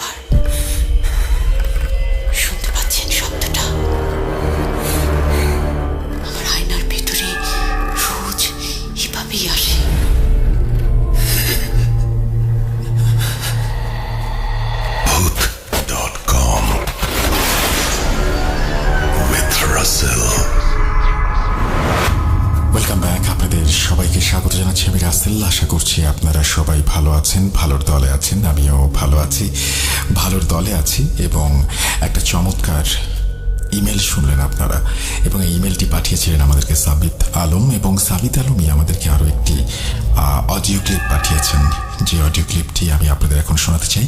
আশা করছি এই অডিও ক্লিপটি আপনাদের ভালো লাগবে। যদি ভালো লাগে অবশ্যই আমাদের জানাবেন, যদি ভালো না লাগে সেটাও আমাদেরকে জানাবেন। আমরা সরাসরি চলে যাচ্ছি আমাদের পরবর্তী ঘটনায়।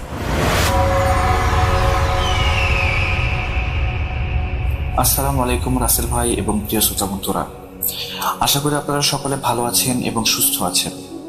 আমি মোহাম্মদ সাবিত আলম বলছি, ময়মনসিংহ বিভাগ থেকে। আমি আজকে আপনাদের সামনে নিয়ে এসেছি সম্পূর্ণ নতুন একটি ঘটনা, যে ঘটনাটি আমি শুনেছি আমার একজন আঙ্কেল, কবির আঙ্কেলের কাছ থেকে। কবির আঙ্কেলের এই ঘটনাটি আসলে খুবই মর্মান্তিক ছিল, এবং ওনার বন্ধুর ঘটনা আসলে মূলত এটা, এবং ঘটনাটা আসলে ঘটেছিল 1980s দিকে। তো তখনকার যুগে আসলে ওরকমভাবে স্কুল কলেজ তো খুব বেশি একটা সব জায়গায় ছিল না। তো ওনাদেরও একই রকম অবস্থা, গ্রামে স্কুল নেই ঠিক মতো, তো ওনারা পড়াশোনা করতে খুব কষ্ট হচ্ছিল ওনাদের। তো গ্রামের যেই পলিটিক্যাল লিডার ছিলেন, তো উনি একদিন প্রমিস করলেন যে গ্রামে কিছুদিনের মধ্যে নতুন একটা স্কুল স্থাপন করবেন, কিন্তু সেই স্কুলটার আসলে মেইন যে দূরত্বটা থাকবে সেটা ওনাদের বাসা থেকে অনেকটাই দূরে। এভাবে আস্তে আস্তে কিছুদিন গেল, টেম্পোরারি একটা স্কুল গঠন করা হলো বাসার কাছেই।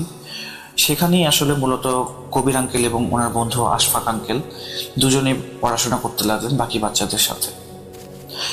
তো আস্তে আস্তে বছর 2 কেটে যাওয়ার পরে ওনাদের গ্রামের যে পলিটিক্যাল লিডার ছিলেন, উনি ওনার কথা মতো স্কুল একটা বিল্ডিং তৈরি করে দিলেন, এবং সেই বিল্ডিংটার দূরত্ব ছিল প্রায় মোটামুটি 3 থেকে 4 কিলোমিটার কবির আঙ্কেলের বাসা থেকে।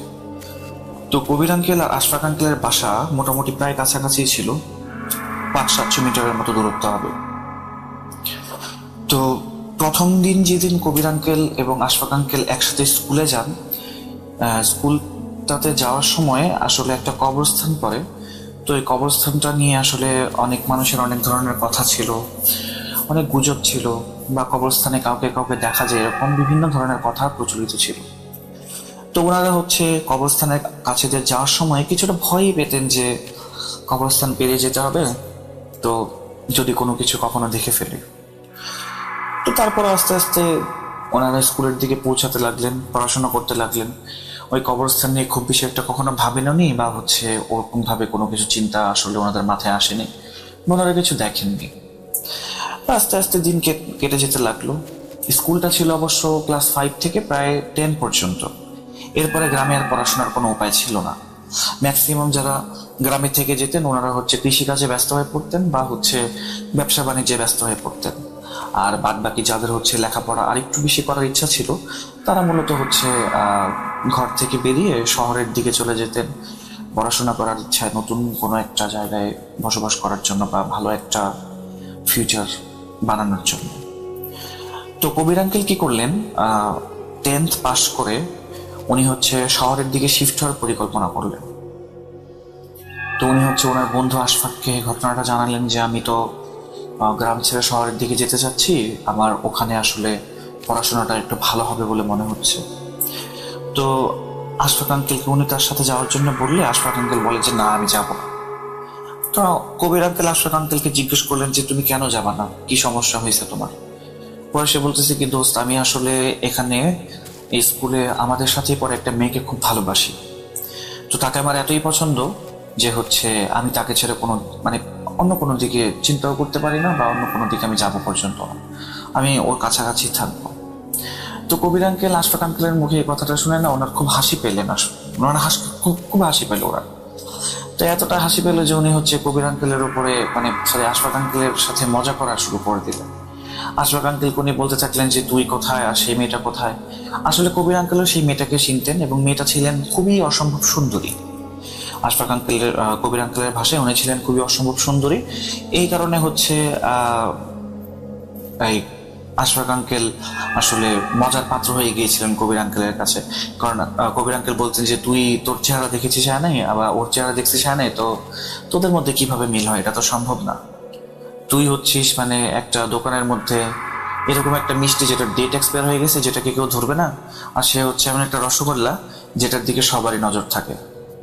কিন্তু কবির আঙ্কেল এখানে আমাকে বলেছেন যে উনি এই কথাগুলো কখনোই আশফাক আঙ্কেলকে ছোট করার জন্য বলেননি, বা হচ্ছে আশফাক আঙ্কেলকে হার্ট করার জন্য বলেননি। উনি শুধুমাত্র চাচ্ছিলেন যেন আশফাক আঙ্কেল তার জীবনের উন্নতির রাস্তাটা থেকে সরে না যান। কারণ কবির আঙ্কেলের ভাষ্য মতো উনি গ্রামের অনেক ছেলে পেলেকে দেখেছেন যারা এই ভালোবাসার চক্করে পড়ে অনেক মানে জীবন নষ্ট করে ফেলেছেন, অনেকে আবার সুইসাইডও করে নিয়েছেন। তো এই জিনিসগুলো দেখার কারণে হচ্ছে কবির আঙ্কেল আশফাক আঙ্কেলকে সাবধান করার চেষ্টা করলেন যে দেখ বন্ধু, আমি তোকে আসলে হার্ট করার জন্য বলি না কথাগুলো, বা হচ্ছে কষ্ট দেওয়ার জন্য বলি না, তুই কিছু মনে করিস না, কিন্তু তুই এই চিন্তা বাদ দিয়ে মাথা থেকে চল শহরে যেয়ে পড়াশোনা করি। বাট আশফাক আঙ্কেল কোনোভাবেই মানলেন না। তো কবির আঙ্কেল এরপরে হচ্ছে একদিন ঘর দুয়ার ছেড়ে উনি হচ্ছে শহরের দিকে রওনা দিলেন। তো শহরে রওনা দেওয়ার পরে উনি হচ্ছে শহর থেকেই পড়াশোনা করতে লাগলেন। উনি একটা সময় বর্তমানে আমাদের এখানে যেটাকে এইচএসসি বলে, সেই পরীক্ষাটা দেওয়ার পরে আর কি, পরীক্ষাটা দেওয়ার পরে উনি হচ্ছে গ্রামে ফিরে আসেন। ফিরে আসার পরে উনি হচ্ছে ইয়ের সাথে দেখা করেন, আসলে আশফাক আঙ্কেলের সাথে দেখা করেন। আশফাক আঙ্কেলের সাথে দেখা করার পর উনি বলেন কি, আশফাক আঙ্কেলকে উনি খুব দেখা করতে পারেননি, আসলে তখন দেখা করতে চাচ্ছিলেন, বাট উনি আসলে আশফাক আঙ্কেলকে রিচ করতে পারছিলেন না, কারণ উনি কোথায় আছেন কেউ তখন বলতে পারছিল না। তো অনেক খোঁজাখুঁজির পরে একদিন সন্ধ্যার দিকে কবির আঙ্কেলের আরেকজন বন্ধু ওনাকে এসে বললেন কি যে আশফাক এখন বাসায় আছে, তুমি ওর সাথে গিয়ে দেখা করতে পারো। তো কবির আঙ্কেল কি করলেন, আশফাক আঙ্কেলের বাসায় চলে গেলেন এবং আশফাক আঙ্কেলকে দেখে উনি মোটামুটি কিছুটা অবাক। তো আশফাক আঙ্কেল ওনাকে দেখে এসে জড়িয়ে ধরলেন এবং বললেন কি যে বন্ধু, তুই এতদিন পরে আসছিস, আমার আসলে তুই যাওয়ার পরে এখানে কত কি হয়ে গেছে তুই জানিস না। তো পরে হচ্ছে উনি জিজ্ঞেস করলেন যে কি হয়েছে, আমি তো বুঝতে পারতেছি না, আমাকে বল। পরে বলতেছে কি যে আমি যে মেয়েটাকে আমি পছন্দ করতাম না, সেই মেয়েটার তো এঙ্গেজমেন্ট হয়ে গেছে, এখন আমি যে কি করবো আমি বুঝতে পারতেছি না। তো আশফাক আঙ্কেলকে কবির আঙ্কেল বললেন কি যে তুই তোর এই সমস্ত বাজে চিন্তা ভাবনা মাথা থেকে বাদ দে, পড়াশোনাটা কর, চল আমার সাথে এখনো শহরে চল, পড়াশোনা করে জীবনে উন্নতির কিছু একটা কর।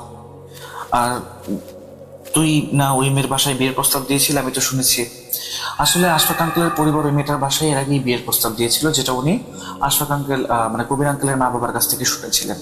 বাট ওই মেয়ের পরিবার বিয়ের প্রস্তাবটাকে নাকচ করে দেয়। তো তখন হচ্ছে আশফাক আঙ্কেলকে কবির আঙ্কেল জিজ্ঞেস করলেন যে নাকচ করার কারণটা কি।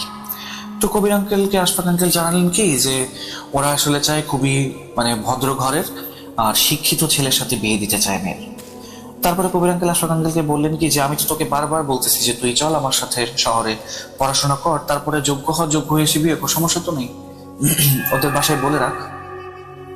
কিন্তু তারপরে আশফাক আঙ্কেল মানে একেবারে প্রেমে অন্ধ, উনি যাবেন না কোনো অবস্থাতেই। তো এরপরে কি হলো, কবির আঙ্কেল হচ্ছে ওনার ফার্দার স্টাডিজের জন্য কিছুদিন পরে হচ্ছে আবার চলে গেলেন। এর মাঝখানে প্রায় মোটামুটি ভালো সময় কেটে যায়, 3-4 মাস কেটে যায়। এরপরে উনি হচ্ছে চলে আবার একদিন গ্রামে বেড়াতে আসেন, এবং এবার বেড়াতে আসার পরে উনি নিজের বাসা থেকে খাওয়া দাওয়া করে বিকালবেলার দিকে আশফাক আঙ্কেলের বাসায় যায়। কিন্তু এবার আশফাক আঙ্কেলের যে অবস্থাটা উনি দেখেন, সেই অবস্থাটা আসলে উনি কখনো এক্সপেক্ট করেন নাই। উনি দেখেন আশফাক আঙ্কেল একটা বিছানায় শুয়ে আছে এবং তার শরীরে অসংখ্য কাটা দাগ বলার থেকে কুকুরের কামড়ের দাগ বললে বেশি অ্যাপ্রোপ্রিয়েট হয়।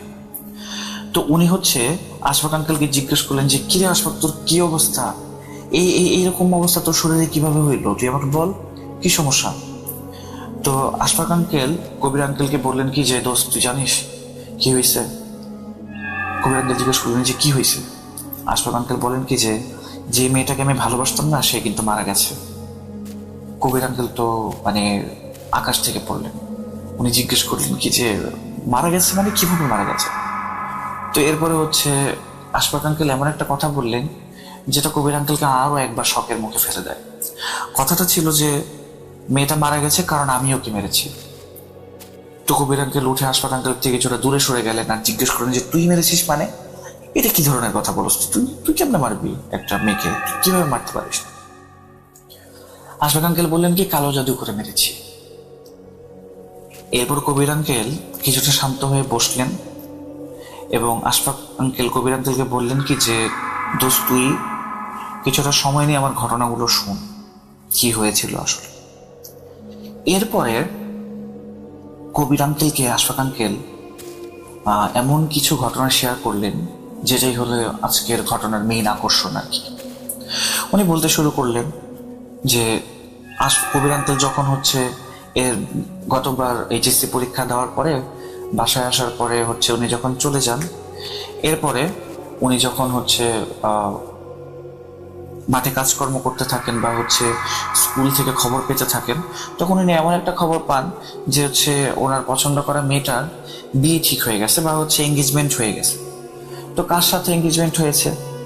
আশফাক আঙ্কেলের ভাষ্য মতে ওই মেয়েটার এঙ্গেজমেন্ট হয় এমন একটা মানুষের সাথে যে আসলে আশফাক আঙ্কেলের অনেক বড় একজন শত্রু। তো দেখা সাক্ষাৎ যখন রাস্তায় সেই ব্যক্তির সাথে আশফাক আঙ্কেলের হয়, সে হচ্ছে আশফাক আঙ্কেলের মজা ওড়ায়, বলে কি যে তোর প্রেমিকাকে আমি বিয়ে করবো, তোর এখানে কিচ্ছু করার নাই, তুই এখন শুধুমাত্র দেখবি আর জ্বলবি, কিন্তু কিছু করতে পারবি না, সমস্যা নেই, বিয়ের দাওয়াতের কার্ড প্রথমটা তোকেই দিবি, দোয়া করে যাবি আমাদের জন্য। তো এগুলো শুনে আসলে উনি খুব বেশি বিরক্ত হয়ে যান এবং হচ্ছে রিভেঞ্জ নেওয়ার জন্য যে তার একটা টেন্ডেন্সি থাকে, সেই টেন্ডেন্সিতে উনি হচ্ছে উপরের দিকে চলে আসতে থাকেন আসলে। তো এরপরে হচ্ছে একদিন উনি স্কুলের কাছে গেলেন মেয়েটার সাথে দেখা করতে। তো মেয়েটার বাসা ছিল আসলে স্কুলের কাছাকাছি। তো উনি মেয়েটার সাথে দেখা করতে গেলেন, কিন্তু মেয়েটা হচ্ছে তার সাথে কথাও বললো না এবং দূর দূর করে দাঁড়িয়ে দিলেন। তো এরপরে আশফাক আঙ্কেল যখন ফিরে আসছেন বাসার দিকে, কবরস্থানের দিক থেকে যখন ফিরে আসছেন, তখন উনি দেখেন কি কবরস্থানে একটা লোক বসে আছে। তখন উনি কবির আঙ্কেলের দিকে তাকিয়ে বলেন কি যে দোস্ত, আমরা যে একসাথে স্কুলে যেতাম তখন কিন্তু এই কবরস্থানটার উপর দিয়ে যেতাম, আর হচ্ছে এখানে যে একটা লোক বসে থাকতো সেটাকে তুই দেখোস নাই? পর কবির আঙ্কেল মনে করে একটু বললেন কি যে হ্যাঁ আমি তো দেখছি এরকম একটা লোক, দেখে মনে হইতো যে নেশাখোর হয়তো বা হচ্ছে কোনো ভিখারি টাইপের লোক মনে হইতো, ওরকম তো কিছু মনে আমার হয় নাই যে সে খারাপ লোক বা কিছু একটা, কিন্তু এটার কথা তুই কেন বললি? এই কথা শোনার পরে আশফাক আঙ্কেল বললেন কি যে উনি আসলে না কোনো নেশাখোর না কোনো ভিখিরি, উনি আসলে একজন জাদুকর। এই কথা শুনে হচ্ছে কবির আঙ্কেল বললেন কি তো জাদুকর, তো তোর সাথে তার পরিচয়ের কি আছে, বা হচ্ছে এর সাথে ওই মেয়েটার মৃত্যুরই বা কি সম্পর্ক, বা তোর এই অবস্থারই বা কি সম্পর্ক? তখন আশফাক আঙ্কেল বললেন কি যে আমি যখন কবরস্থানের মধ্য দিয়ে যাচ্ছিলাম, কবরস্থানের মাঝখানে রাস্তাটার ভিতর দিয়ে যাচ্ছিলাম, তখন সেই জাদুকরটা আমাকে ডাক দিয়ে আমাকে বললেন কি একটা কবরের পাশের একটা ফলক ছিল, ফলকের উপর আমাকে বসতে বললেন। এরপরে যখন উনি বসলেন সেই ফলকটার উপরে, তখন জাদুকর বললেন কি যে তুই যে মেয়েটাকে পছন্দ করিস সেই মেয়েটার বিয়ে ঠিক হয়ে গেছে, তাই না? তো আশফাক আঙ্কেল কিছুটা অবাক হন। উনি জিজ্ঞেস করলেন যে বাবা আপনি এই জিনিসটা কিভাবে জানেন? পরে ওই ব্যক্তিটা বলেন কি যে জানি, আর এও জানি যে ওর বিয়ে ঠিক হয়েছে যে তোর সবচেয়ে বড় শত্রুর সাথে। তো আশফাক আঙ্কেল চিন্তা করলেন কি বাহ, আমার প্রেমের ঘটনা এত দূর পর্যন্ত ছড়িয়ে গেছে যে কবরস্থানের একটা পাগল লোক পর্যন্ত এখন আমার ভালোবাসার কথা জানে, গ্রামে গ্রামে আমার ভালোবাসার কথা এতটাই চর্চা। তখন ওই বাবা ব্যক্তিটা আর কি, ওনাকে বাবা সম্বোধন করেছেন উনি ঘটনায়। তো এই বাবাটা তাকে জিজ্ঞেস করলো কি যে তুই কি মেয়েটাকে বিয়ে করতে চাস? তখন হচ্ছে আশফাক আঙ্কেল বললেন কি যে হ্যাঁ বিয়ে তো করতে চাই, কিন্তু কিভাবে সম্ভব, ওর তো এঙ্গেজমেন্ট হয়ে গেছে, এখন কিভাবে কি সম্ভব? পরে লোকটা বললো কি যে বাবা লোকটা বললো যে অনেক কিছুই সম্ভব। এরপর হচ্ছে আশফাক আঙ্কেল বললেন কি যে অনেক কিছু সম্ভব, তাহলে একটা বাবা একটা কাজ করেন, এমন কিছু করেন অন্তত যেন এই মেয়েটা আমার সাথে অন্তত একটু কথা বলে। তো এরপরে সেই বাবা বললেন কি যে তুই কথা বলা তো ছাড়, আমি এমন কিছু করতে পারি যেন এই মেয়েটা তোকে বিয়ে পর্যন্ত করে নিতে পারবে। এই কথা শুনে তো আশফাক আঙ্কেল একেবারে আকাশ থেকে পড়লেন আর খুশিতে আত্মহারা হয়ে গেলেন। উনি বললেন কি যে বাবা আমাকে কি করতে হবে শুধুমাত্র বলেন। বাবা বললেন কি তুই ভেবে নে, এই কাজের মধ্যে আমি তোকে যা করতে বলবো তোকে তাই করতে হবে এবং তোকে সবকিছু ছেড়ে দিতে হবে। তো আশফাক আঙ্কেল জিজ্ঞেস করলেন কি ছাড়তে হবে? তখন সেই ব্যক্তিটা বললেন কি যে তোকে তোর ক্ষুধা ছাড়তে হবে, তোকে আল্লাহ ছাড়তে হবে, তোকে তোর পরিবারের চিন্তা ছাড়তে হবে, সবকিছু ছেড়ে তোকে শয়তানের বশবর্তী হইতে হবে, শয়তানের উপাসক হতে হবে। তো এই কথা শুনে তো হচ্ছে আশফাক আঙ্কেল কিছুটা মানে মানে ওনার মনে কিছুটা হচ্ছে সন্দেহের প্রবণ হয় যে এই ব্যক্তি আমাকে শয়তানের উপাসনা কেন করতে বলবে। আশফাক আঙ্কেল বললেন কি যে হচ্ছে এটা কি বলেন আপনি, আমি আমার একটা মেয়েকে বিয়ে করার জন্য আমার ধর্ম ছেড়ে দিব, ভবিষ্যতে তাহলে হচ্ছে আখিরাতে আমার কি হবে, ওখানে তো তাহলে আমার কোনো জায়গা থাকবে না। তো পরে লোকটা বললো কি যে তুই ভেবে নে কি করবি না করবি, দেখ। এরপর হচ্ছে আশফাক আঙ্কেল সেখান থেকে চলে আসলেন। তো এরপর দিন আশফাক আঙ্কেলের বাসায় এঙ্গেজমেন্টের পরে একটা ওই মেয়েটার আর কি এঙ্গেজমেন্টের পরে ফ্যামিলিগতভাবে একটা অনুষ্ঠান ছিল। সেই অনুষ্ঠানের দাওয়াত ওই যে তার শত্রু ছিল সেই শত্রুর মা বাবা এসে দিয়ে গেলেন। দুই পরিবারের মাঝখানে একটা মিট আপের দাওয়াত ছিল আর কি।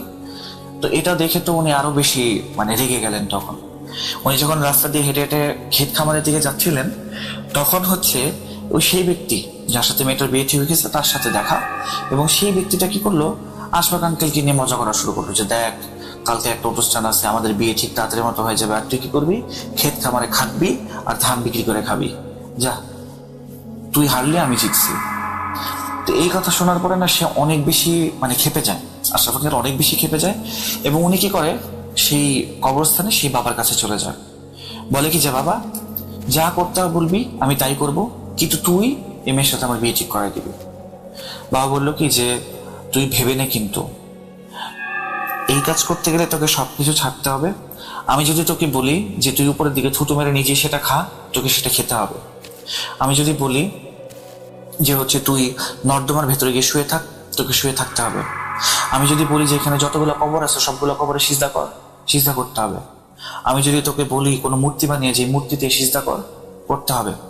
ইভেন আমি যদি তোকে কোনো কবরের উপরে মূত্র বিসর্জন করতে বলি সেটাও তোকে করতে হবে।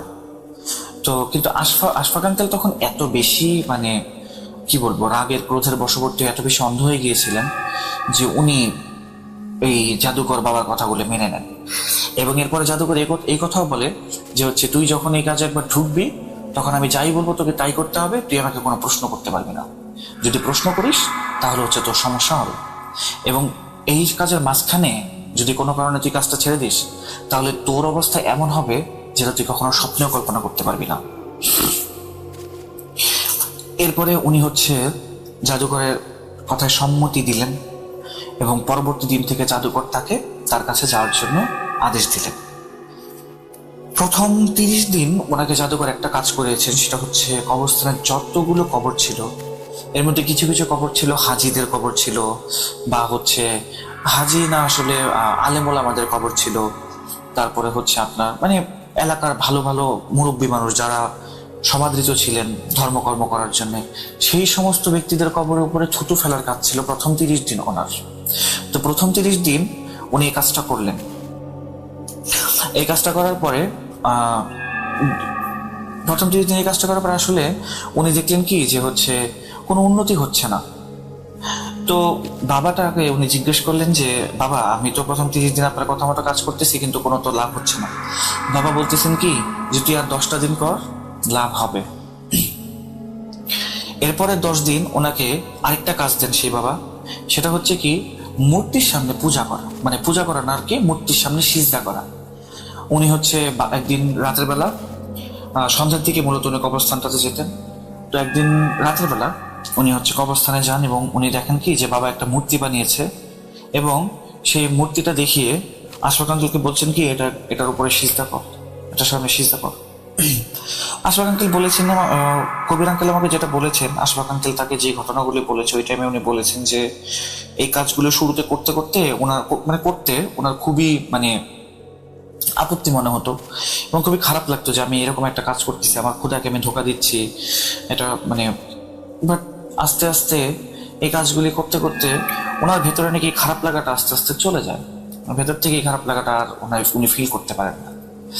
তো আস্তে আস্তে উনি এই কাজটা করতে করতে কিছুটা মানে অভ্যস্ত হয়ে যান এবং মজা পেতে শুরু করেন, চিন্তা করেন আচ্ছা ঠিক আছে করতেছি দেখি কি হয়।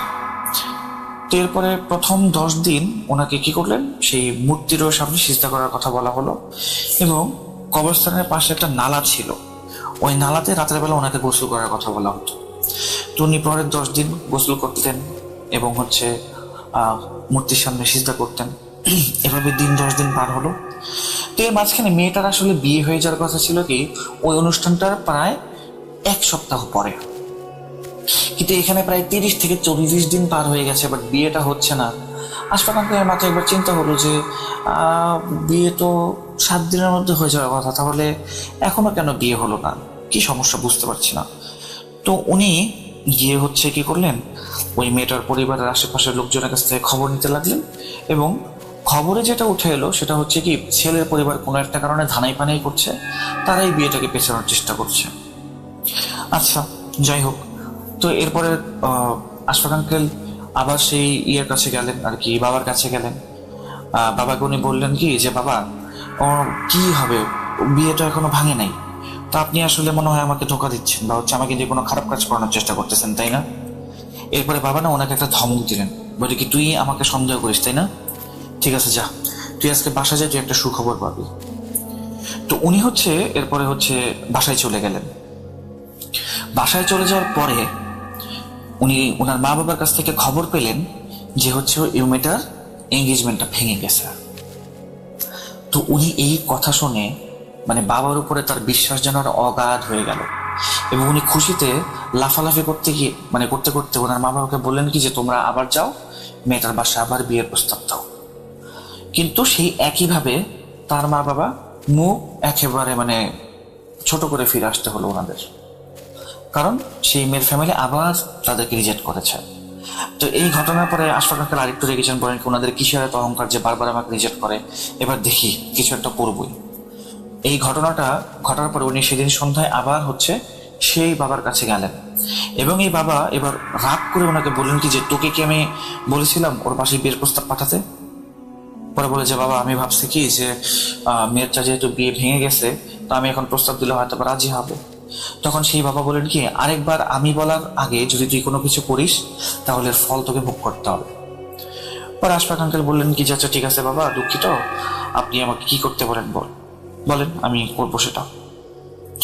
তো সেদিন হচ্ছে সেই বাবা লোকটা তাকে বললেন কি যে তুই আজকে রাতের বেলা একটা বাচ্চা নিয়ে আসবি, যে বাচ্চাটার বয়স হবে 10 বছরের মতো, 5 থেকে 10 বছর এরকম বয়সী একটা বাচ্চা নিয়ে আসবি। তো আশফাক আঙ্কেল রাতের বেলা হচ্ছে সেদিন রাতের বেলা তো আনতে পারে নাই, তো পরের দিন হচ্ছে সন্ধ্যার দিকে উনি হচ্ছে যখন বাচ্চারা ঘরে ফিরে খেলাধুলা করে, গ্রামের বাচ্চারা একসাথে মাঠে খেলাধুলা করে, তো একটা বাচ্চাকে উনি কি করলেন, টফি বা চকলেটের লোভ দেখায় উনি হচ্ছে নিয়ে চলে আসলেন ওই বাবার কাছে। তো আনার পরে উনি দেখলেন কি যে বাবা অলরেডি একটা হবন কুণ্ডর মতো কিছু একটা বানাইছেন এবং ওখানে হচ্ছে আগুন ধরায় রাখছেন। তো এরপরে উনি হচ্ছে বাবাকে জিজ্ঞেস করলেন যে আমি তো বাচ্চাটাকে নিয়ে আসছি, এখন কি করতে হবে? বাবা বললেন কি যে এই বাচ্চাটাকে ধরে আগুনের মধ্যে ফেলে দে। এই কথা শুনে তো আশফাক আঙ্কেল একেবারে হতভম্ব হয়ে গেলেন যে বাবা এটা কি বলে, আমি জলজন্ত একটা বাচ্চাকে কি কারণে হচ্ছে আগুনে ফেলে দিব, এটা কিভাবে সম্ভব? আমি তো কারো জান নেওয়ার জন্য এই কাজে আসিনি। তো উনি যখন হচ্ছে কিছুটা হেজিটেট করছেন, তখন সেই বাবা এসে নিজেই বাচ্চাটার মুখটা হচ্ছে কি করলো, কোনো একটা গামছা দিয়ে বেঁধে তাকে আগুনের মধ্যে নিক্ষেপ করে ফেলে দিল। গামছা দিয়ে বাঁধার কারণে বাচ্চাটা চিৎকার করতে পারল না এবং সেখানেই সে পুড়ে মারা গেল। তো এই দৃশ্য দেখে আশফাক আঙ্কেল হচ্ছে সেখানেই অজ্ঞান হয়ে যান, এবং যখন ওনার ঘুম ভাঙে তখন উনি দেখেন জাদুকর সেখানে নেই, আর হচ্ছে আগুন যেখানে জ্বলছিল সেখানে বাচ্চাটার হাড় গড়ছিল দেখা যাচ্ছিল। তো উনি সেদিনের মতো বাসায় চলে আসলেন সন্ধ্যার দিকে। এরপরে যেদিন তিনি এরপরে যখন তিনি আবার হচ্ছে সেই বাবার কাছে গেলেন, উনি সেই বাবাকে বললেন কি যে হচ্ছে বাবা, যদি জানি নেওয়ার হইতো তাহলে হচ্ছে আমি তো ওই মেয়েটার যার সাথে বিয়ে ঠিক হয়েছিল তার জান নিতে পারতাম, আমি একটা মাসুম বাচ্চার জান কি কারণে নিব? আর তুমি এটা আমাকে আগে কেন বলো নাই, আগে বললে আমি কাজটা করতাম না। তখন বাবাটা একটা শয়তানে হাসি দিয়ে বলেন কি যে তুই যদি ওই মেয়েটার যার সাথে এঙ্গেজমেন্ট হয়েছিল তাকে যদি তুই মারতি তাহলে কি মনে করস যে তুই বাইচা যেতি? পারতি না, তোর উপরে এই দোষটা আসতো, তোকে জেল খাটতে হইতো। তো জেলে গেলে তুই মেয়েটাকে বিয়ে কিভাবে করতি? আর তোর মনে কর তর্কের খাতিরে মেনে নিলাম তুই জেল থেকে বেরোয় আসলে কি ওই মেয়েটা তোকে বিয়ে করতে রাজি হইতো? যার হবু জামাইকে তুই মেরেছিস সে কি তোকে বিয়ে করতে রাজি হতো নাকি বল? তো এরপরে আমি চিন্তা করলাম কি যে বাবা কথাটা আসলে ভুল বলে নাই। যাই হোক, এখন যেটা হওয়ার সেটা হয়ে গেছে, এখন আর কিছু করার নেই। তো এরপরের দিন জাদুকর বললেন কি যে তুই আগামীকালকে আসবি, আর হচ্ছে এখানে যতগুলো কবর আছে সবগুলো কবরের উপরে তুই প্রস্রাব করবি। তো এই কথাটা শুনে আশফাক আঙ্কেল কিছুটা মানে হতচকিত যান এবং হচ্ছে উনি চিন্তা করেন কি না, এই কাজটা আমি করবো না, এই কাজটা আমি করতে পারবো না। তো যেদিন রাতে এই কথাটা মানে এই কাজটা করতে ওনার যাওয়ার কথা, সেদিন রাত্রে বেলা উনি আর কবরস্থানে যান না। তো পরের দিন যখন গেল, সেদিন হচ্ছে জাদুঘর বলল, মানে রাগ করে বসে থেকে বলল কি যে আমি তোকে কালকে আসতে বলেছিলাম, তুই কেন আসলি না বল আমাকে। তারপরে হচ্ছে আশফাক আঙ্কেল বললেন কি যে বাবা আসলে এই জিনিসটা আমার খুব খারাপ লাগতেছে। এরপর উনি বললেন কি যে হচ্ছে ঠিক আছে, তোর খারাপ লাগতেছে তুই এই কাজটা করতে, এই প্রথমবারের মতো আমি তোকে মাফ করলাম, কিন্তু এর পরবর্তীতে যদি এই ভুল হয় তাহলে তোকে আমি আর মাফ করবো না। এই কথা বলার পরে আশফাক আঙ্কেল জিজ্ঞেস করলেন আর কি কাজ করতে পারে আমাকে বলো। এরপরে সেই বাবাটা বললেন কি যে আগামীকালকে তুই আরেকটা বাচ্চা নিয়ে আসবি, যে বাচ্চাটার বয়স হবে 5 বছর এরকম। এই কথা শুনে আশফাক আঙ্কেল তো এবার মানে চিন্তা করলেন কি এর থেকে তো আমার কবরের উপরে যে কাজটা দিয়েছিল সেটা এটা ভালো ছিল, এখন আরেকটা জান নিতে হবে, এটা আমি পারবো না। উনি এর পরের দিন না আবার কবরস্থানে যাননি। সেদিন স্কিপ করার পরে পরের দিন যখন উনি আবার কবরস্থানে গেলেন, উনি দেখলেন কি সন্ধ্যাবেলায় সেই জাদুকর বসে আছে এবং তার দুই পাশে দুইটা বড় বড় কুকুর, ছাই কালারের কুকুর, মোটামুটি অন্ধকারে যেটা দেখা যাচ্ছিল ছাই কালারের একটা দুইটা কুকুর বসে আছে ওটার দুই পাশে। উনি বলতেছেন কি যে তুই আমার কথা তো মানলি না, টানা 2 বার তুই আমার কথা খিলাফ করলি, যেটা তুই আসলে আমার কাছে যখন এই কাজটা করার জন্য আসছিলি তখন তুই বলছিলি কি যে আমার সব কাজ যা বলবো তাই করবি, কিন্তু তুই 2 বার আমাকে ধোঁকা দিলি। এই কথা বলে উনি কি করলেন, শয়তানি একটা হাসি এসে 2টা কুকুরের মাথায় হাত বুলালেন এবং হাতটা যখন উনি 2টা কুকুরের মাথা থেকে সরিয়ে নিলেন, সেই 2টা কুকুর এমন ভাবে এসে ওনাকে হচ্ছে অ্যাটাক করা স্টার্ট করলো যে ওনার মানে অবস্থা খুবই খারাপ। তো এখানে আমি আসলে একটা কথা মিস করে গেছি আসলে লিসেনার্স, সেটা হচ্ছে কি যে সেই বাচ্চাটাকে যখন মারা হয়েছিল, সেই 10 বছরের বাচ্চাটাকে, ওই বাচ্চাটাকে যখন গ্রামের মানুষ খোঁজা শুরু করে, ওই টাইমে মানে আশফাক আঙ্কেল কিছুটা ভয় পায় যে কেউ তো আমাকে দেখে নাই, যে এই বাচ্চাটা আমি নিয়ে আসলাম যে কেউ কি দেখে নাই কিনা, বা হচ্ছে ওই কবিরাজ তো আমাকে বলে নাই যে হচ্ছে ওকে মেরে ফেলা হবে, তো যদি এই ঘটনা আমি জানতাম তাহলে হয়তো বা তাকে লুকিয়ে লুকিয়ে আমি আনতাম, বাট মনে হয় কেউ দেখে নাই। তো এরপরে হচ্ছে কি কবিরাজের কাছে গিয়ে যখন উনি বললেন কি যে বাচ্চাটাকে তো খোঁজা হচ্ছে, তখন কবিরাজ ওনাকে একটা বুদ্ধি দিল যে সেটা হচ্ছে কি রাস্তার ওই পাশে একটা জঙ্গল আছে, তুই বলে দে, গ্রামে রটায় দে যে এই বাচ্চাটাকে তুই সেই জঙ্গলের কাছে যাইতে দেখছিস। এটা করে কি হবে, সবাই বুঝতে পারবে কি যে জঙ্গলি জানোয়ার আক্রমণে হয়তো বাচ্চাটাকে নিয়ে গেছে এবং মেরে ফেলছে। তো গ্রামের মানুষের তখন এমনি অনেক বাচ্চা কাচ্চা, একটা পরিবার অনেক বাচ্চা কাচ্চা থাকে, তো আসলে ওরকম ভাবে একটা বাচ্চা না থাকলে কারো কোনো কিছু আসে যায় না বলে মনে হয় আর কি ওই টাইমে। তো যাই হোক, এরপরে আবার কবিরাজের ঘটনায় ফিরে আসি। সেটা হচ্ছে কি যে ওই কুকুর 2টার মাথা থেকে যখন কবিরাজের হাত সরালো, তখন আশফাক আঙ্কেলের উপরে সেই কুকুরগুলো হামলা করলো এবং শরীরে কামড় দিয়ে একবারে ভরিয়ে ফেললো। তো এরপরে কবিরাজ আশফাক আঙ্কেলকে বললেন কি যে এরপর যদি কখনো আর এরকম ভুল হয় তাহলে হচ্ছে তোকে আর ছাড়বো না, এবার যা বাচ্চা নিয়ে আসবি 1 সপ্তাহ পরে সুস্থ হয়ে নে। এরপরে উনি হচ্ছে গ্রামে একজন চিকিৎসক হাকিমের কাছে গেলেন, উনি হচ্ছে কিছু ওষুধ দেওয়ার পরে উনি বাসায় চলে আসেন এবং যখন এলাকার লোক ওনাকে জিজ্ঞেস করছে যে কি ব্যাপার তোমার এই অবস্থা কেমনে হইলো, সে বললো কি যে আমি রাস্তার ওই পারে জঙ্গলটা দিয়ে আসছিলাম, তখন আমার উপরে শিয়াল আর কুকুর হামলা করেছিল। তো এই ঘটনা বলার পরে গ্রামের মানুষ কিছুটা নিশ্চিন্তই থাকে যে হচ্ছে তাহলে আগের যে বাচ্চাটা হারিয়েছিল সেটা হয়তোবা কুকুর বা শিয়ালের কোনো একটা কাজ হবে হয়তোবা। ওই বাচ্চাটার খুঁজে বন্ধ হয়ে গেল। তো পরের দিন উনি হচ্ছে 5 বছরের একটা বাচ্চাকে অনেক লুকানোর মাধ্যমে সেই কবিরাজের কাছে নিয়ে আসার পরে কবিরাজের কাছে সামনে রাখার পরে কবিরাজ কি করলো, বাচ্চাটাকে কিছু একটা খাওয়ানোর পরে দেখা গেল যে বাচ্চাটা বেহুশ হয়ে গেল। বেহুশ হওয়ার পরে সে বাচ্চাটাকে জবাই করলো। এই দৃশ্য দেখে তো বাচ্চাটা গলা থেকে যখন রক্ত ফিনকিতে ছিটকে পড়ছে, এই দৃশ্য দেখে আশফাক আঙ্কেল সেখানে আবার অজ্ঞান হয়ে যায় এবং উনি যখন চোখ মেলেন তখন ওনার কাছে মনে হচ্ছিল এটা মধ্যরাত। তো ওই টাইমে সেই কবিরাজ ওনাকে একটা পেয়ালার মধ্যে করে কিছু জিনিস খেতে দিলেন, তরল কিছু একটা। তো উনি মুখে একবার নিয়ে খাওয়ার পরেই উনি বমি করে ফেললেন। উনি বললেন কি এটা কি? পরে সেই কবিরাজটা বললো কি, এটা হচ্ছে ওই বাচ্চার রক্ত আর হাড়ের গুঁড়া পানির সাথে মিশাইছি তোকে খাওয়ানোর জন্য।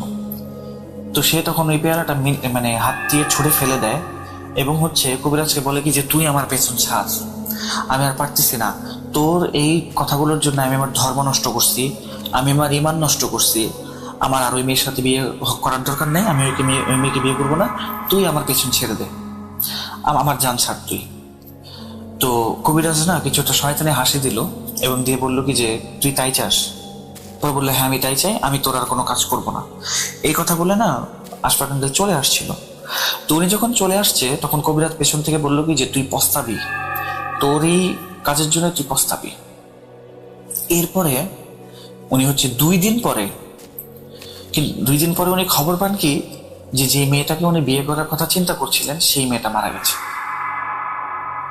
এবং কিভাবে মারা গেছে, সেই মেয়েটার লাশ পাওয়া যায় এই যে রাস্তার পাশে যে জঙ্গলটা ছিল সেই জঙ্গলের সামনে একেবারে ক্ষতবিক্ষত অবস্থায়, মানে কুকুর আর শেয়াল আক্রমণ করে একেবারে ক্ষতবিক্ষত অবস্থা করে দিয়েছে, ওই স্পটেই সে মারা গেছে।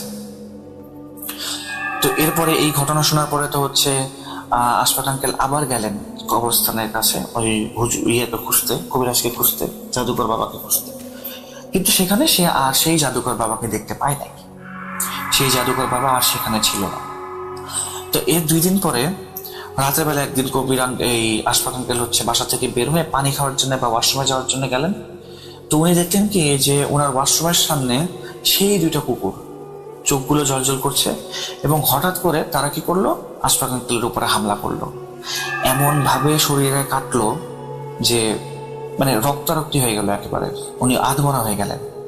তো অজ্ঞান হয়ে যান উনি। সকালবেলা উনি চোখ খুলে দেখেন কি যে ওনার বিছানার পাশে ওনার বাবা মা এবং হচ্ছে গ্রামের বাকি লোকেরা। তো এরকম 7 দিন যেতে থাকে, আস্তে আস্তে তার শরীরে পচন ধরতে শুরু করে। তো এই ছিল হইতেছে আসলে কি বলে আশফাক আঙ্কেল কবির আঙ্কেলকে এতটুকুই বলেন। এই ঘটনা শোনার পরে কবির আঙ্কেল হচ্ছে আশফাক আঙ্কেলের সামনে থেকে উঠে যান, উঠে গিয়ে ওনাকে বলেন কি যে তুই এত খারাপ একটা কাজ কিভাবে করতে পারলি, মেয়েটার জীবনটা তুই নষ্ট করলি, তুই তোর ইমান নষ্ট করলি, তুই তোর আল্লাহকে অপমান করলি, তুই শয়তানের পূজারী হয়ে গেলি, কিভাবে পারলি তুই? তোকে আমার বন্ধু ভাবতেও না আসলে মানে নিজের উপরে করুণা হচ্ছে এখন, আমি তোর সাথে আর কোনো ধরনের কোনো বন্ধুত্বপূর্ণ সম্পর্কে থাকবো না।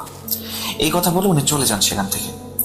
তো 3-4 দিন পরে যখন উনি শহরের উদ্দেশ্যে রওনা হবেন, ওনার কাছে একটা খবর আসে যে আশফাক আঙ্কেল অলরেডি মারা গেছেন। কিন্তু কবির আঙ্কেলের পরে ওনার জানাজাতেও শরীক হন নাই। তো এই ঘটনাটা আসলে যখন কবির আঙ্কেল আমাকে বলছিলেন তখন উনি আমাকে এতটুকু বলেছিলেন যে আমি আসলে এই ঘটনাটা শেয়ার করতে চাইনি কখনো, কিন্তু আবার না করেও থাকতে পারি নাই, কারণ আমি চাচ্ছিলাম না যে হচ্ছে আমার মনে এই বার্থডেটা সারা জীবনই থাকুক। তো অনেকদিন হয়ে গেছে ঘটনাটার, বাট এখন পর্যন্ত হচ্ছে আশফাক আমাকে যখন জিনিসগুলো বলেছিল তখন আমার জিনিসগুলো মানে কতটুকু ভয়ানক লেগেছে বা এই জিনিসগুলো আমাকে কতটুকু হন্ট করেছে সারা জীবন, এই জিনিসটা আমি আসলে বলে বোঝাতে পারবো না। তো এই কারণে এই ঘটনাটা আসলে তোমার সাথে শেয়ার করা। তুমি চাইলে লিখেও দিতে পারো বা নিজে বলতেও পারো, সেটা তোমার উপরে। যাই হোক, এরপর উনি লিসনারদের মানে উদ্দেশ্যে সালাম জানিয়েছেন এবং হচ্ছে সেদিনের মতো বিদায় নিয়েছিলেন। তো এই ছিল প্রিয় লিসনার্স আজকে আমার ঘটনা। যদি ভালো লেগে থাকে তাহলে আপনাদের সকলের কাছে আমি কৃতজ্ঞ, আর যদি ভালো না লাগে তাহলে হচ্ছে আমি সবার কাছে করজোড়ে ক্ষমা প্রার্থী। আমাকে ক্ষমা করবেন। আবার দেখা হবে বা কথা হবে নতুন কোনো সপ্তাহে নতুন কোনো ঘটনা নিয়ে। ততদিন পর্যন্ত ভালো থাকুন, সুস্থ থাকুন এবং ভূত.কমের সাথে থাকুন। আল্লাহ হাফেজ।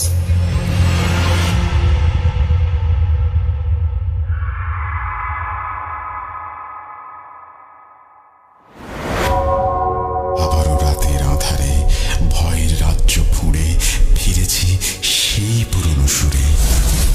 বিশ্বাস করা বা না করা আপনার ব্যাপার, but the old music comes alive.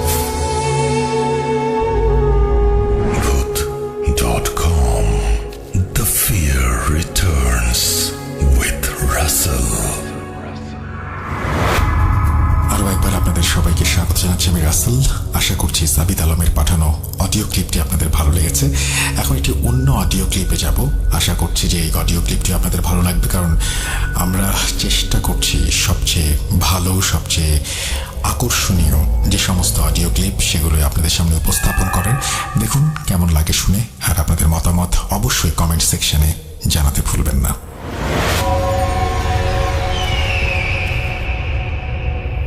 আসসালামু আলাইকুম ওয়া রাহমাতুল্লাহি ওয়া বারাকাতুহু। আশা করি রাসেল ভাই আপনি ভালো আছেন এবং ভূত.com-এর সকল শ্রোতারাও অনেক ভালো আছে। আমি রফিকুল ইসলাম, মানিকগঞ্জ জেলার সাটুরিয়া থানা থেকে কোন একটা গ্রাম থেকে বলছি। তো বর্তমানে আমি দেশের বাইরে আছি। বর্তমানে এখন আমি ইরাকের বাগদাদ শহরের পার্শ্ববর্তী কোনো জেলায় অবস্থান করছি। সেখান থেকে আপনাকে ঘটনাটা শেয়ার করতে চলেছি।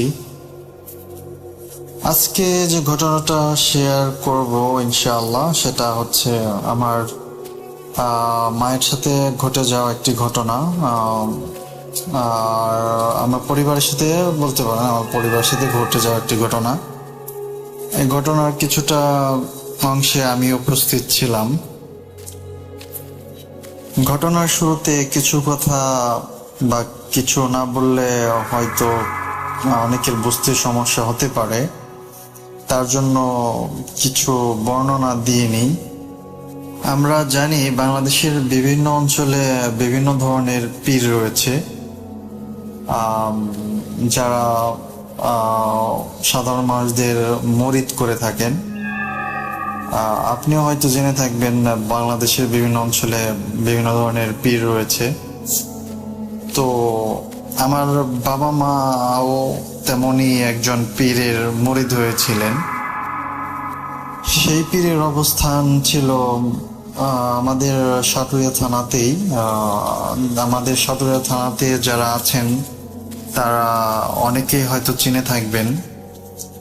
বনমালীপুর শামসুল পীর নামে একজন পীর ছিলেন বললাম এই কারণে, কারণ গত 3 থেকে 4 বছর আগে উনি পরলোক গমন করেছেন। তারপরে অনেকে চিনে থাকবেন যদি সাটুরিয়া থানার অন্তর্গত কেউ শুনে থাকেন। আর হচ্ছে গ্রামটা শুদ্ধ ভাষায় বনমালীপুর বলে, অনেকে গ্রাম্য ভাষায় বয়নালপুর বলে থাকেন। সেটা বয়নালপুর নামেই পরিচিত লাভ করেছে বেশি। তো আমার মা বাবা যথারীত সেখানেই মুরিদ হয়েছিলেন। তো ওনারা বিভিন্ন প্রোগ্রামে সেখানে উপস্থিত হতেন, যাওয়া আসা করতেন।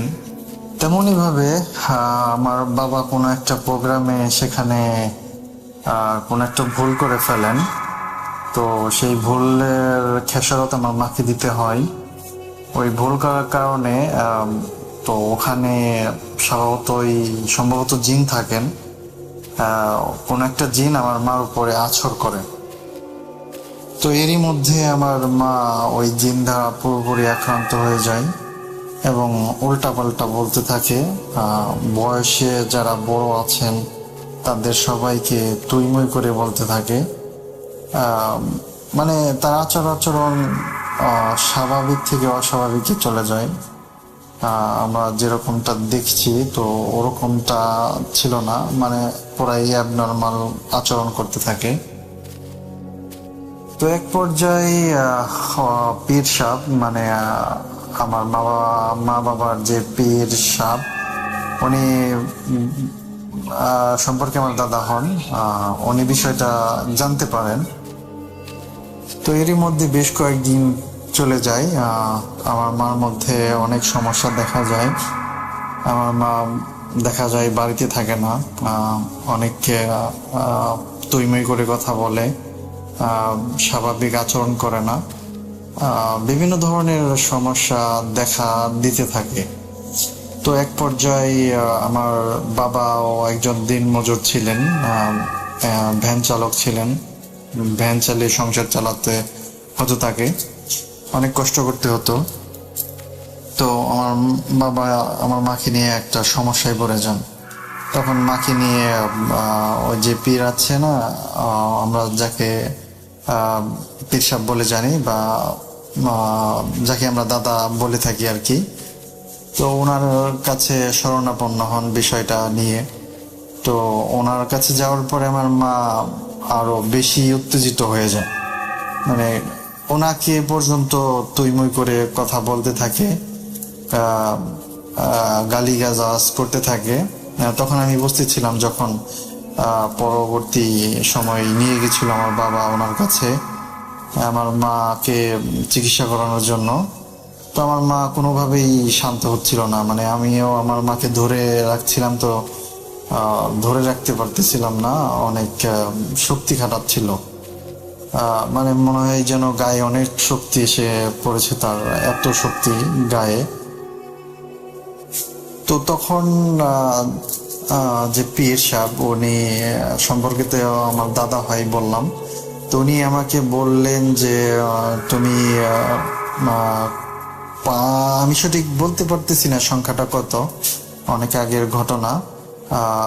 ঘটনাটার সময় এই কাল সম্ভবত 2010 থেকে 2013 সাল এর মধ্যে হবে ঘটনাটা। অনেক আগেকার ঘটনা, সঠিক মনে নাই সংখ্যাটা আমার। উনি আমাকে মাছি মারতে বলেছিলেন, তবে বেজোড় সংখ্যা হবে সেটা স্পষ্ট মনে আছে। হয় 3টে মারতে বলেছিলেন, না হয় 5টা মাছি আমাকে মারতে বলেছিলেন, এরকমটা হবে। তো আমি মাছি মেরে ওনার কাছে দিলাম।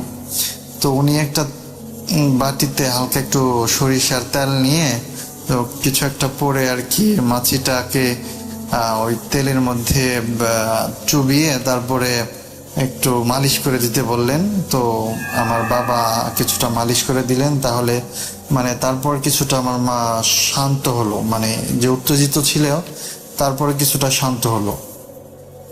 তো তার কিছুক্ষণ পর মানে বেশ কয়েক ঘন্টা পর আবার উনি উত্তেজিত হয়ে যান, মানে আগের মতো কেমন জানি আচরণ করতে থাকেন, সেই অ্যাবনর্মাল ব্যবহার করতে থাকেন।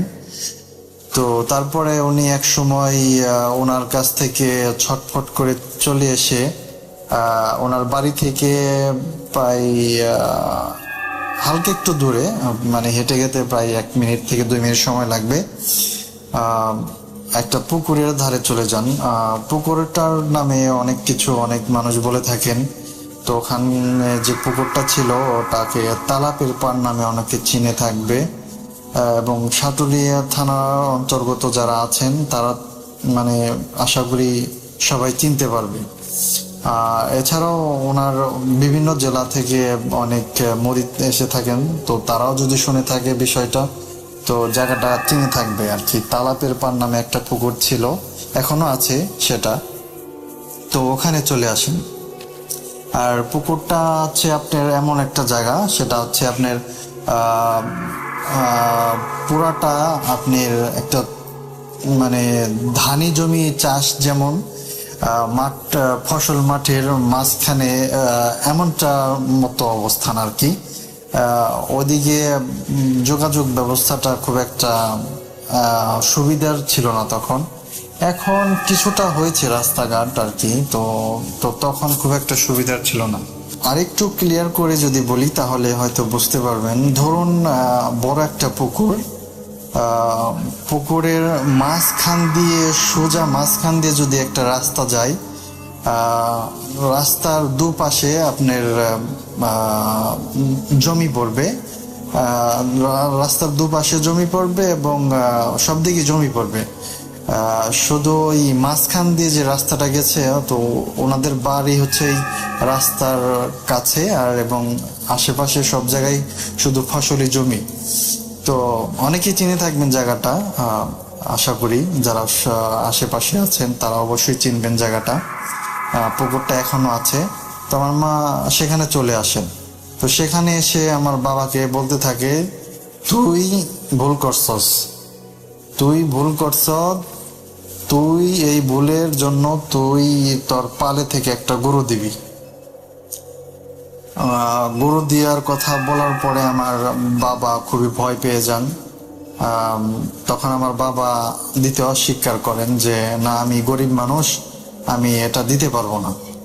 তো তারপরে সে আমার মা বলতে থাকে গরু দেওয়ার কথা। তখন আমি আমার মার সাথে ছিলাম, যে গরু দেওয়ার যে বিষয়টা বলেছিল সেটা আমি স্পষ্ট শুনেছি। আমি তখন আমার বাবার সাথে পাশেই ছিলাম। আমার মা বলতেছিল যে তোর পালে থেকে একটা গরু দিবি। তো আমার বাবা আর কি এটা বারবার অস্বীকার করতেছিল। তো এক পর্যায়ে তিনি কি করবে বুঝতে না পেরে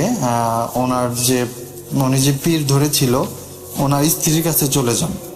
স্ত্রীর কাছে চলে যাওয়ার পরে তিনি আমার বাবা ওনাকে বিষয়টা জানান, বলেন যে আমার স্ত্রী তো এরকম গরু দাবি করতেছে, বলতেছে যে তোর পালে থেকে একটা গরু দিবি। তো তখন ওনার মানে সেই পীরের স্ত্রী সম্পর্কে দাদি হয় আমার, তো উনিও পরলোক গমন করেছেন, আল্লাহ ওনাদেরকে মাফ করুক, জান্নাতবাসী করুক। তো উনি আমার বাবাকে পরামর্শ দেন যে না, তুই কখনো এটা স্বীকার করবি না। তোর পালের গরু বলতে তোর যে সন্তান আছে এদেরকে তারা বুঝাইতেছে, তুই যদি স্বীকার করস তাহলে তোর সন্তানদের ক্ষতি করবে বা মেরে ফেলবে, এরকম কিছু। তখন আমার বাবা বিষয়টা অনেক বুঝতে পারে এবং তিনি অস্বীকার করেন। আমার মাকে সেই পুকুরের কাছে গিয়ে সেখানে তিনি অস্বীকার করেন বিষয়টা। তো তিনি দিতে রাজি হন না। তিনি বলেন যে আমি তো গরিব মানুষ, আমার পক্ষে এগুলো দেওয়া সম্ভব না, তুমি ছোটখাটো কিছু চাও যেগুলো আমি দিতে পারি। তো উনি কোনোভাবেই রাজি হয় না। তো তারপরে সেদিনের পর কয়েকদিন চলে গেল, ওখানে সেটার কোনো সমাধান হলো না। আর সেখানে বলতে আমি ওই তালাবের পার যে পুকুরটা আছে আমি সেখানকার কথা বলতেছি। সে বিষয়টা ওখানে দাঁড়িয়ে দাঁড়িয়ে এই কথাগুলো চলতেছিল। আসলে পুকুরটা অনেক কথা আছে, আমি লোকমুখে শোনা যায় সেই পুকুরকে নিয়ে নাকি অনেক ঘটনা আছে, যদিও আমি সেটা শুনিনি। তবে আমার মার মুখে একটা ঘটনা শুনেছিলাম, সেটা ঘটনার শেষে বলবো। তো ওই দিনের পর ওই পুকুরের এই ঘটনার পর তো বেশ কয়েকদিন কেটে যায়। তো আমার মাকে ভালো করার জন্য আমার বাবা অনেক চেষ্টা করতে থাকেন, বিভিন্ন জায়গায় বৈঠক দিতে থাকেন। বৈঠক বলতে অনেকে গ্রাম্য যারা আছেন, গ্রামে থাকেন, তারা অবশ্যই বুঝে থাকবেন যে বৈঠক বলতে আসলে একটা আসন পেতে জিন তাড়ানোর যে বিষয়গুলা ওগুলা করা হয়। তো ওইগুলা অনেক বার করে, আমাদের বাড়িতেও কয়েকবার করা হয়েছে, আমি নিজে থেকেও সেগুলো দেখছি। আসলে এগুলো করতে অনেক খরচ হয়ে যায়, অনেক টাকা পয়সাও লাগে। তো এরকম ভাবে বেশ কয়েকবার এরকম বৈঠক দেওয়া হয়। তো আমার বাবার আর্থিক অবস্থাও খুব একটা তেমন ভালো ছিল না। আসলে আমরা 5টা ভাই ছিলাম, এখনো আছি। আল্লাহ আমাদেরকে হায়াতে রাখছেন, দোয়া করবেন আল্লাহ যেন আমাদের ভালো রাখেন। তো এরকম ভাবে অনেক বৈঠক দেওয়ার পর তো আসলে আস্তে আস্তে আমার মা সুস্থ হতে থাকেন। তো আল্লাহর রহমতে এখন আমার মা পরিপূর্ণ সুস্থ হয়ে গেছেন। তো বৈঠকের বিষয়টা হচ্ছে, যখন আমার মা আস্তে আস্তে সুস্থ হয়ে যান, সর্বশেষ কোথায় যেন বৈঠকটা দেওয়া হয়েছিল। আসলে বেশ কয়েক জায়গায় এরকম বৈঠক দেওয়া হয়েছিল যেখানে আমি উপস্থিত ছিলাম না। তো 2বার আমার বাসায় দেওয়া হয়েছিল, সেখানে আসলে এটা সমাধান হয় নাই। তো তার পরবর্তীতে আমার খালার বাসায় একবার দেওয়ার পরিকল্পনা হয়েছিল, সেখানে সবকিছুর আয়োজন করা হয়েছিল, কিন্তু সেখানেও সেটা করা হয়নি। সেখানে আমি উপস্থিত ছিলাম, তো সেখানে সেটা করা হয়নি। তার পরবর্তীতে অন্য একটা জায়গায় গিয়ে সেখানে একটা বৈঠক দেওয়া হয়েছিল। তো আশা করি সম্ভবত সেখানেই আসলে সমস্যার সমাধান হয়েছিল। তো কিভাবে হয়েছিল সেটা আমি সঠিক জানি না। আমার মাকেও জিজ্ঞেস করছিলাম, তো আমার মাও সঠিক বলতে পারে না। আমার মা শুধু এটুকুই বললো আমাকে যে আসলে তখন আমার হিতাহিত জ্ঞান থাকে না, আমি কি করেছি বা কাকে কি বলেছি সেটা মানে সে নিজে থেকে পরে কিছুই মনে করতে পারে না। তো এই ছিল রাসেল ভাই একটা আমার মায়ের সাথে ঘটে যাওয়া একটা সত্য ঘটনা। তো আসলে আপনি যদি এর সত্যতা যাচাই করতে চান, আমার মা আল্লাহর রহমতে এখনো জীবিত আছেন। আমি আমার মার সাথে আপনাকে যোগাযোগ করে দিতে পারবো এবং সরাসরি কথা বলেও দিতে পারবো। আমার বাবা আসলে বর্তমান নাই পৃথিবীতে, উনি 2017-তে পরলোক গমন করেছেন। আমার বাবার জন্য সবাই দোয়া করবেন। তো রাসেল ভাই, এই ছিল আমার ঘটনা। আর যে বলেছিলাম যে ঘটনার শেষে একটা কথা বা একটা ঘটনা বলবো পুকুরকে কেন্দ্রিক করে, সেই ঘটনাটা হচ্ছে আমাদের গ্রামেই, আমি তার নামটা উল্লেখ করতে চাচ্ছি না, বললে অনেকেই চিনবে, সে এখনো জীবিত আছে। ওই পুকুরকে চ্যালেঞ্জ করে উনি একটা কাজ করেছিলেন। কাজটা হচ্ছে এমন যে উনি আসলে পুকুরে যে অলৌকিক কিছু বিষয় আছে সেটা বিশ্বাস করতেন না। তো উনি বলেছিলেন যে আসলে খারাপ একটা ভাষায় তিনি বলেছিলেন যে আমার ওইটা হবে, আমি এটা করে দেখাবো। তো আসলে উনি ওই পুকুরে নাকি উনি পেশরাব করেছিলেন। তার পরবর্তীতে ওনার অনেক সমস্যা হয়েছিল, উনি নাকি অসুস্থ হয়ে পড়েছিলেন। উনির শারীরিক সমস্যা হয়েছিল। তো অনেক চিকিৎসা করানোর পরে সেখানে নাকি ওই পুকুরের নাকি অনেক কিছু করার পরে, অনেক কিছু বলতে ওই পুকুরে হয়তো জানার পরে আর কি কিছু যে নিয়ম কানুন ছিল সেগুলো দেওয়ার পরে নাকি উনি সুস্থ হয়ে গেছেন।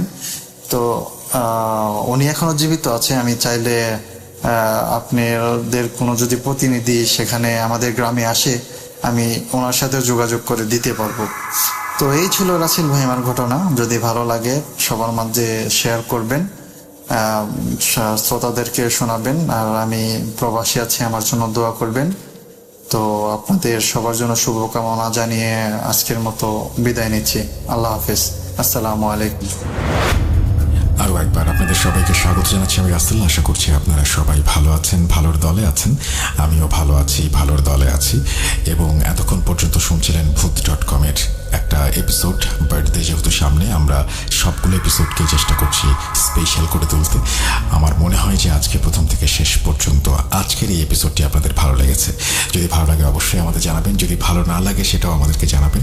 কোন কোন জায়গায় আমরা পরিবর্তন আনতে পারি সেই বিষয়ে আপনাদের পরামর্শ দেবেন। আপনাদের পরামর্শ আমরা সত্যিই খুবই গুরুত্বের সাথে বিবেচনা করব। আজকে বিদায় নিচ্ছি। ভালো থাকুন, সুস্থ থাকুন, মোস্ট ইম্পর্টেন্টলি ভূত.com-এর সাথে থাকুন। আল্লাহ হাফেজ।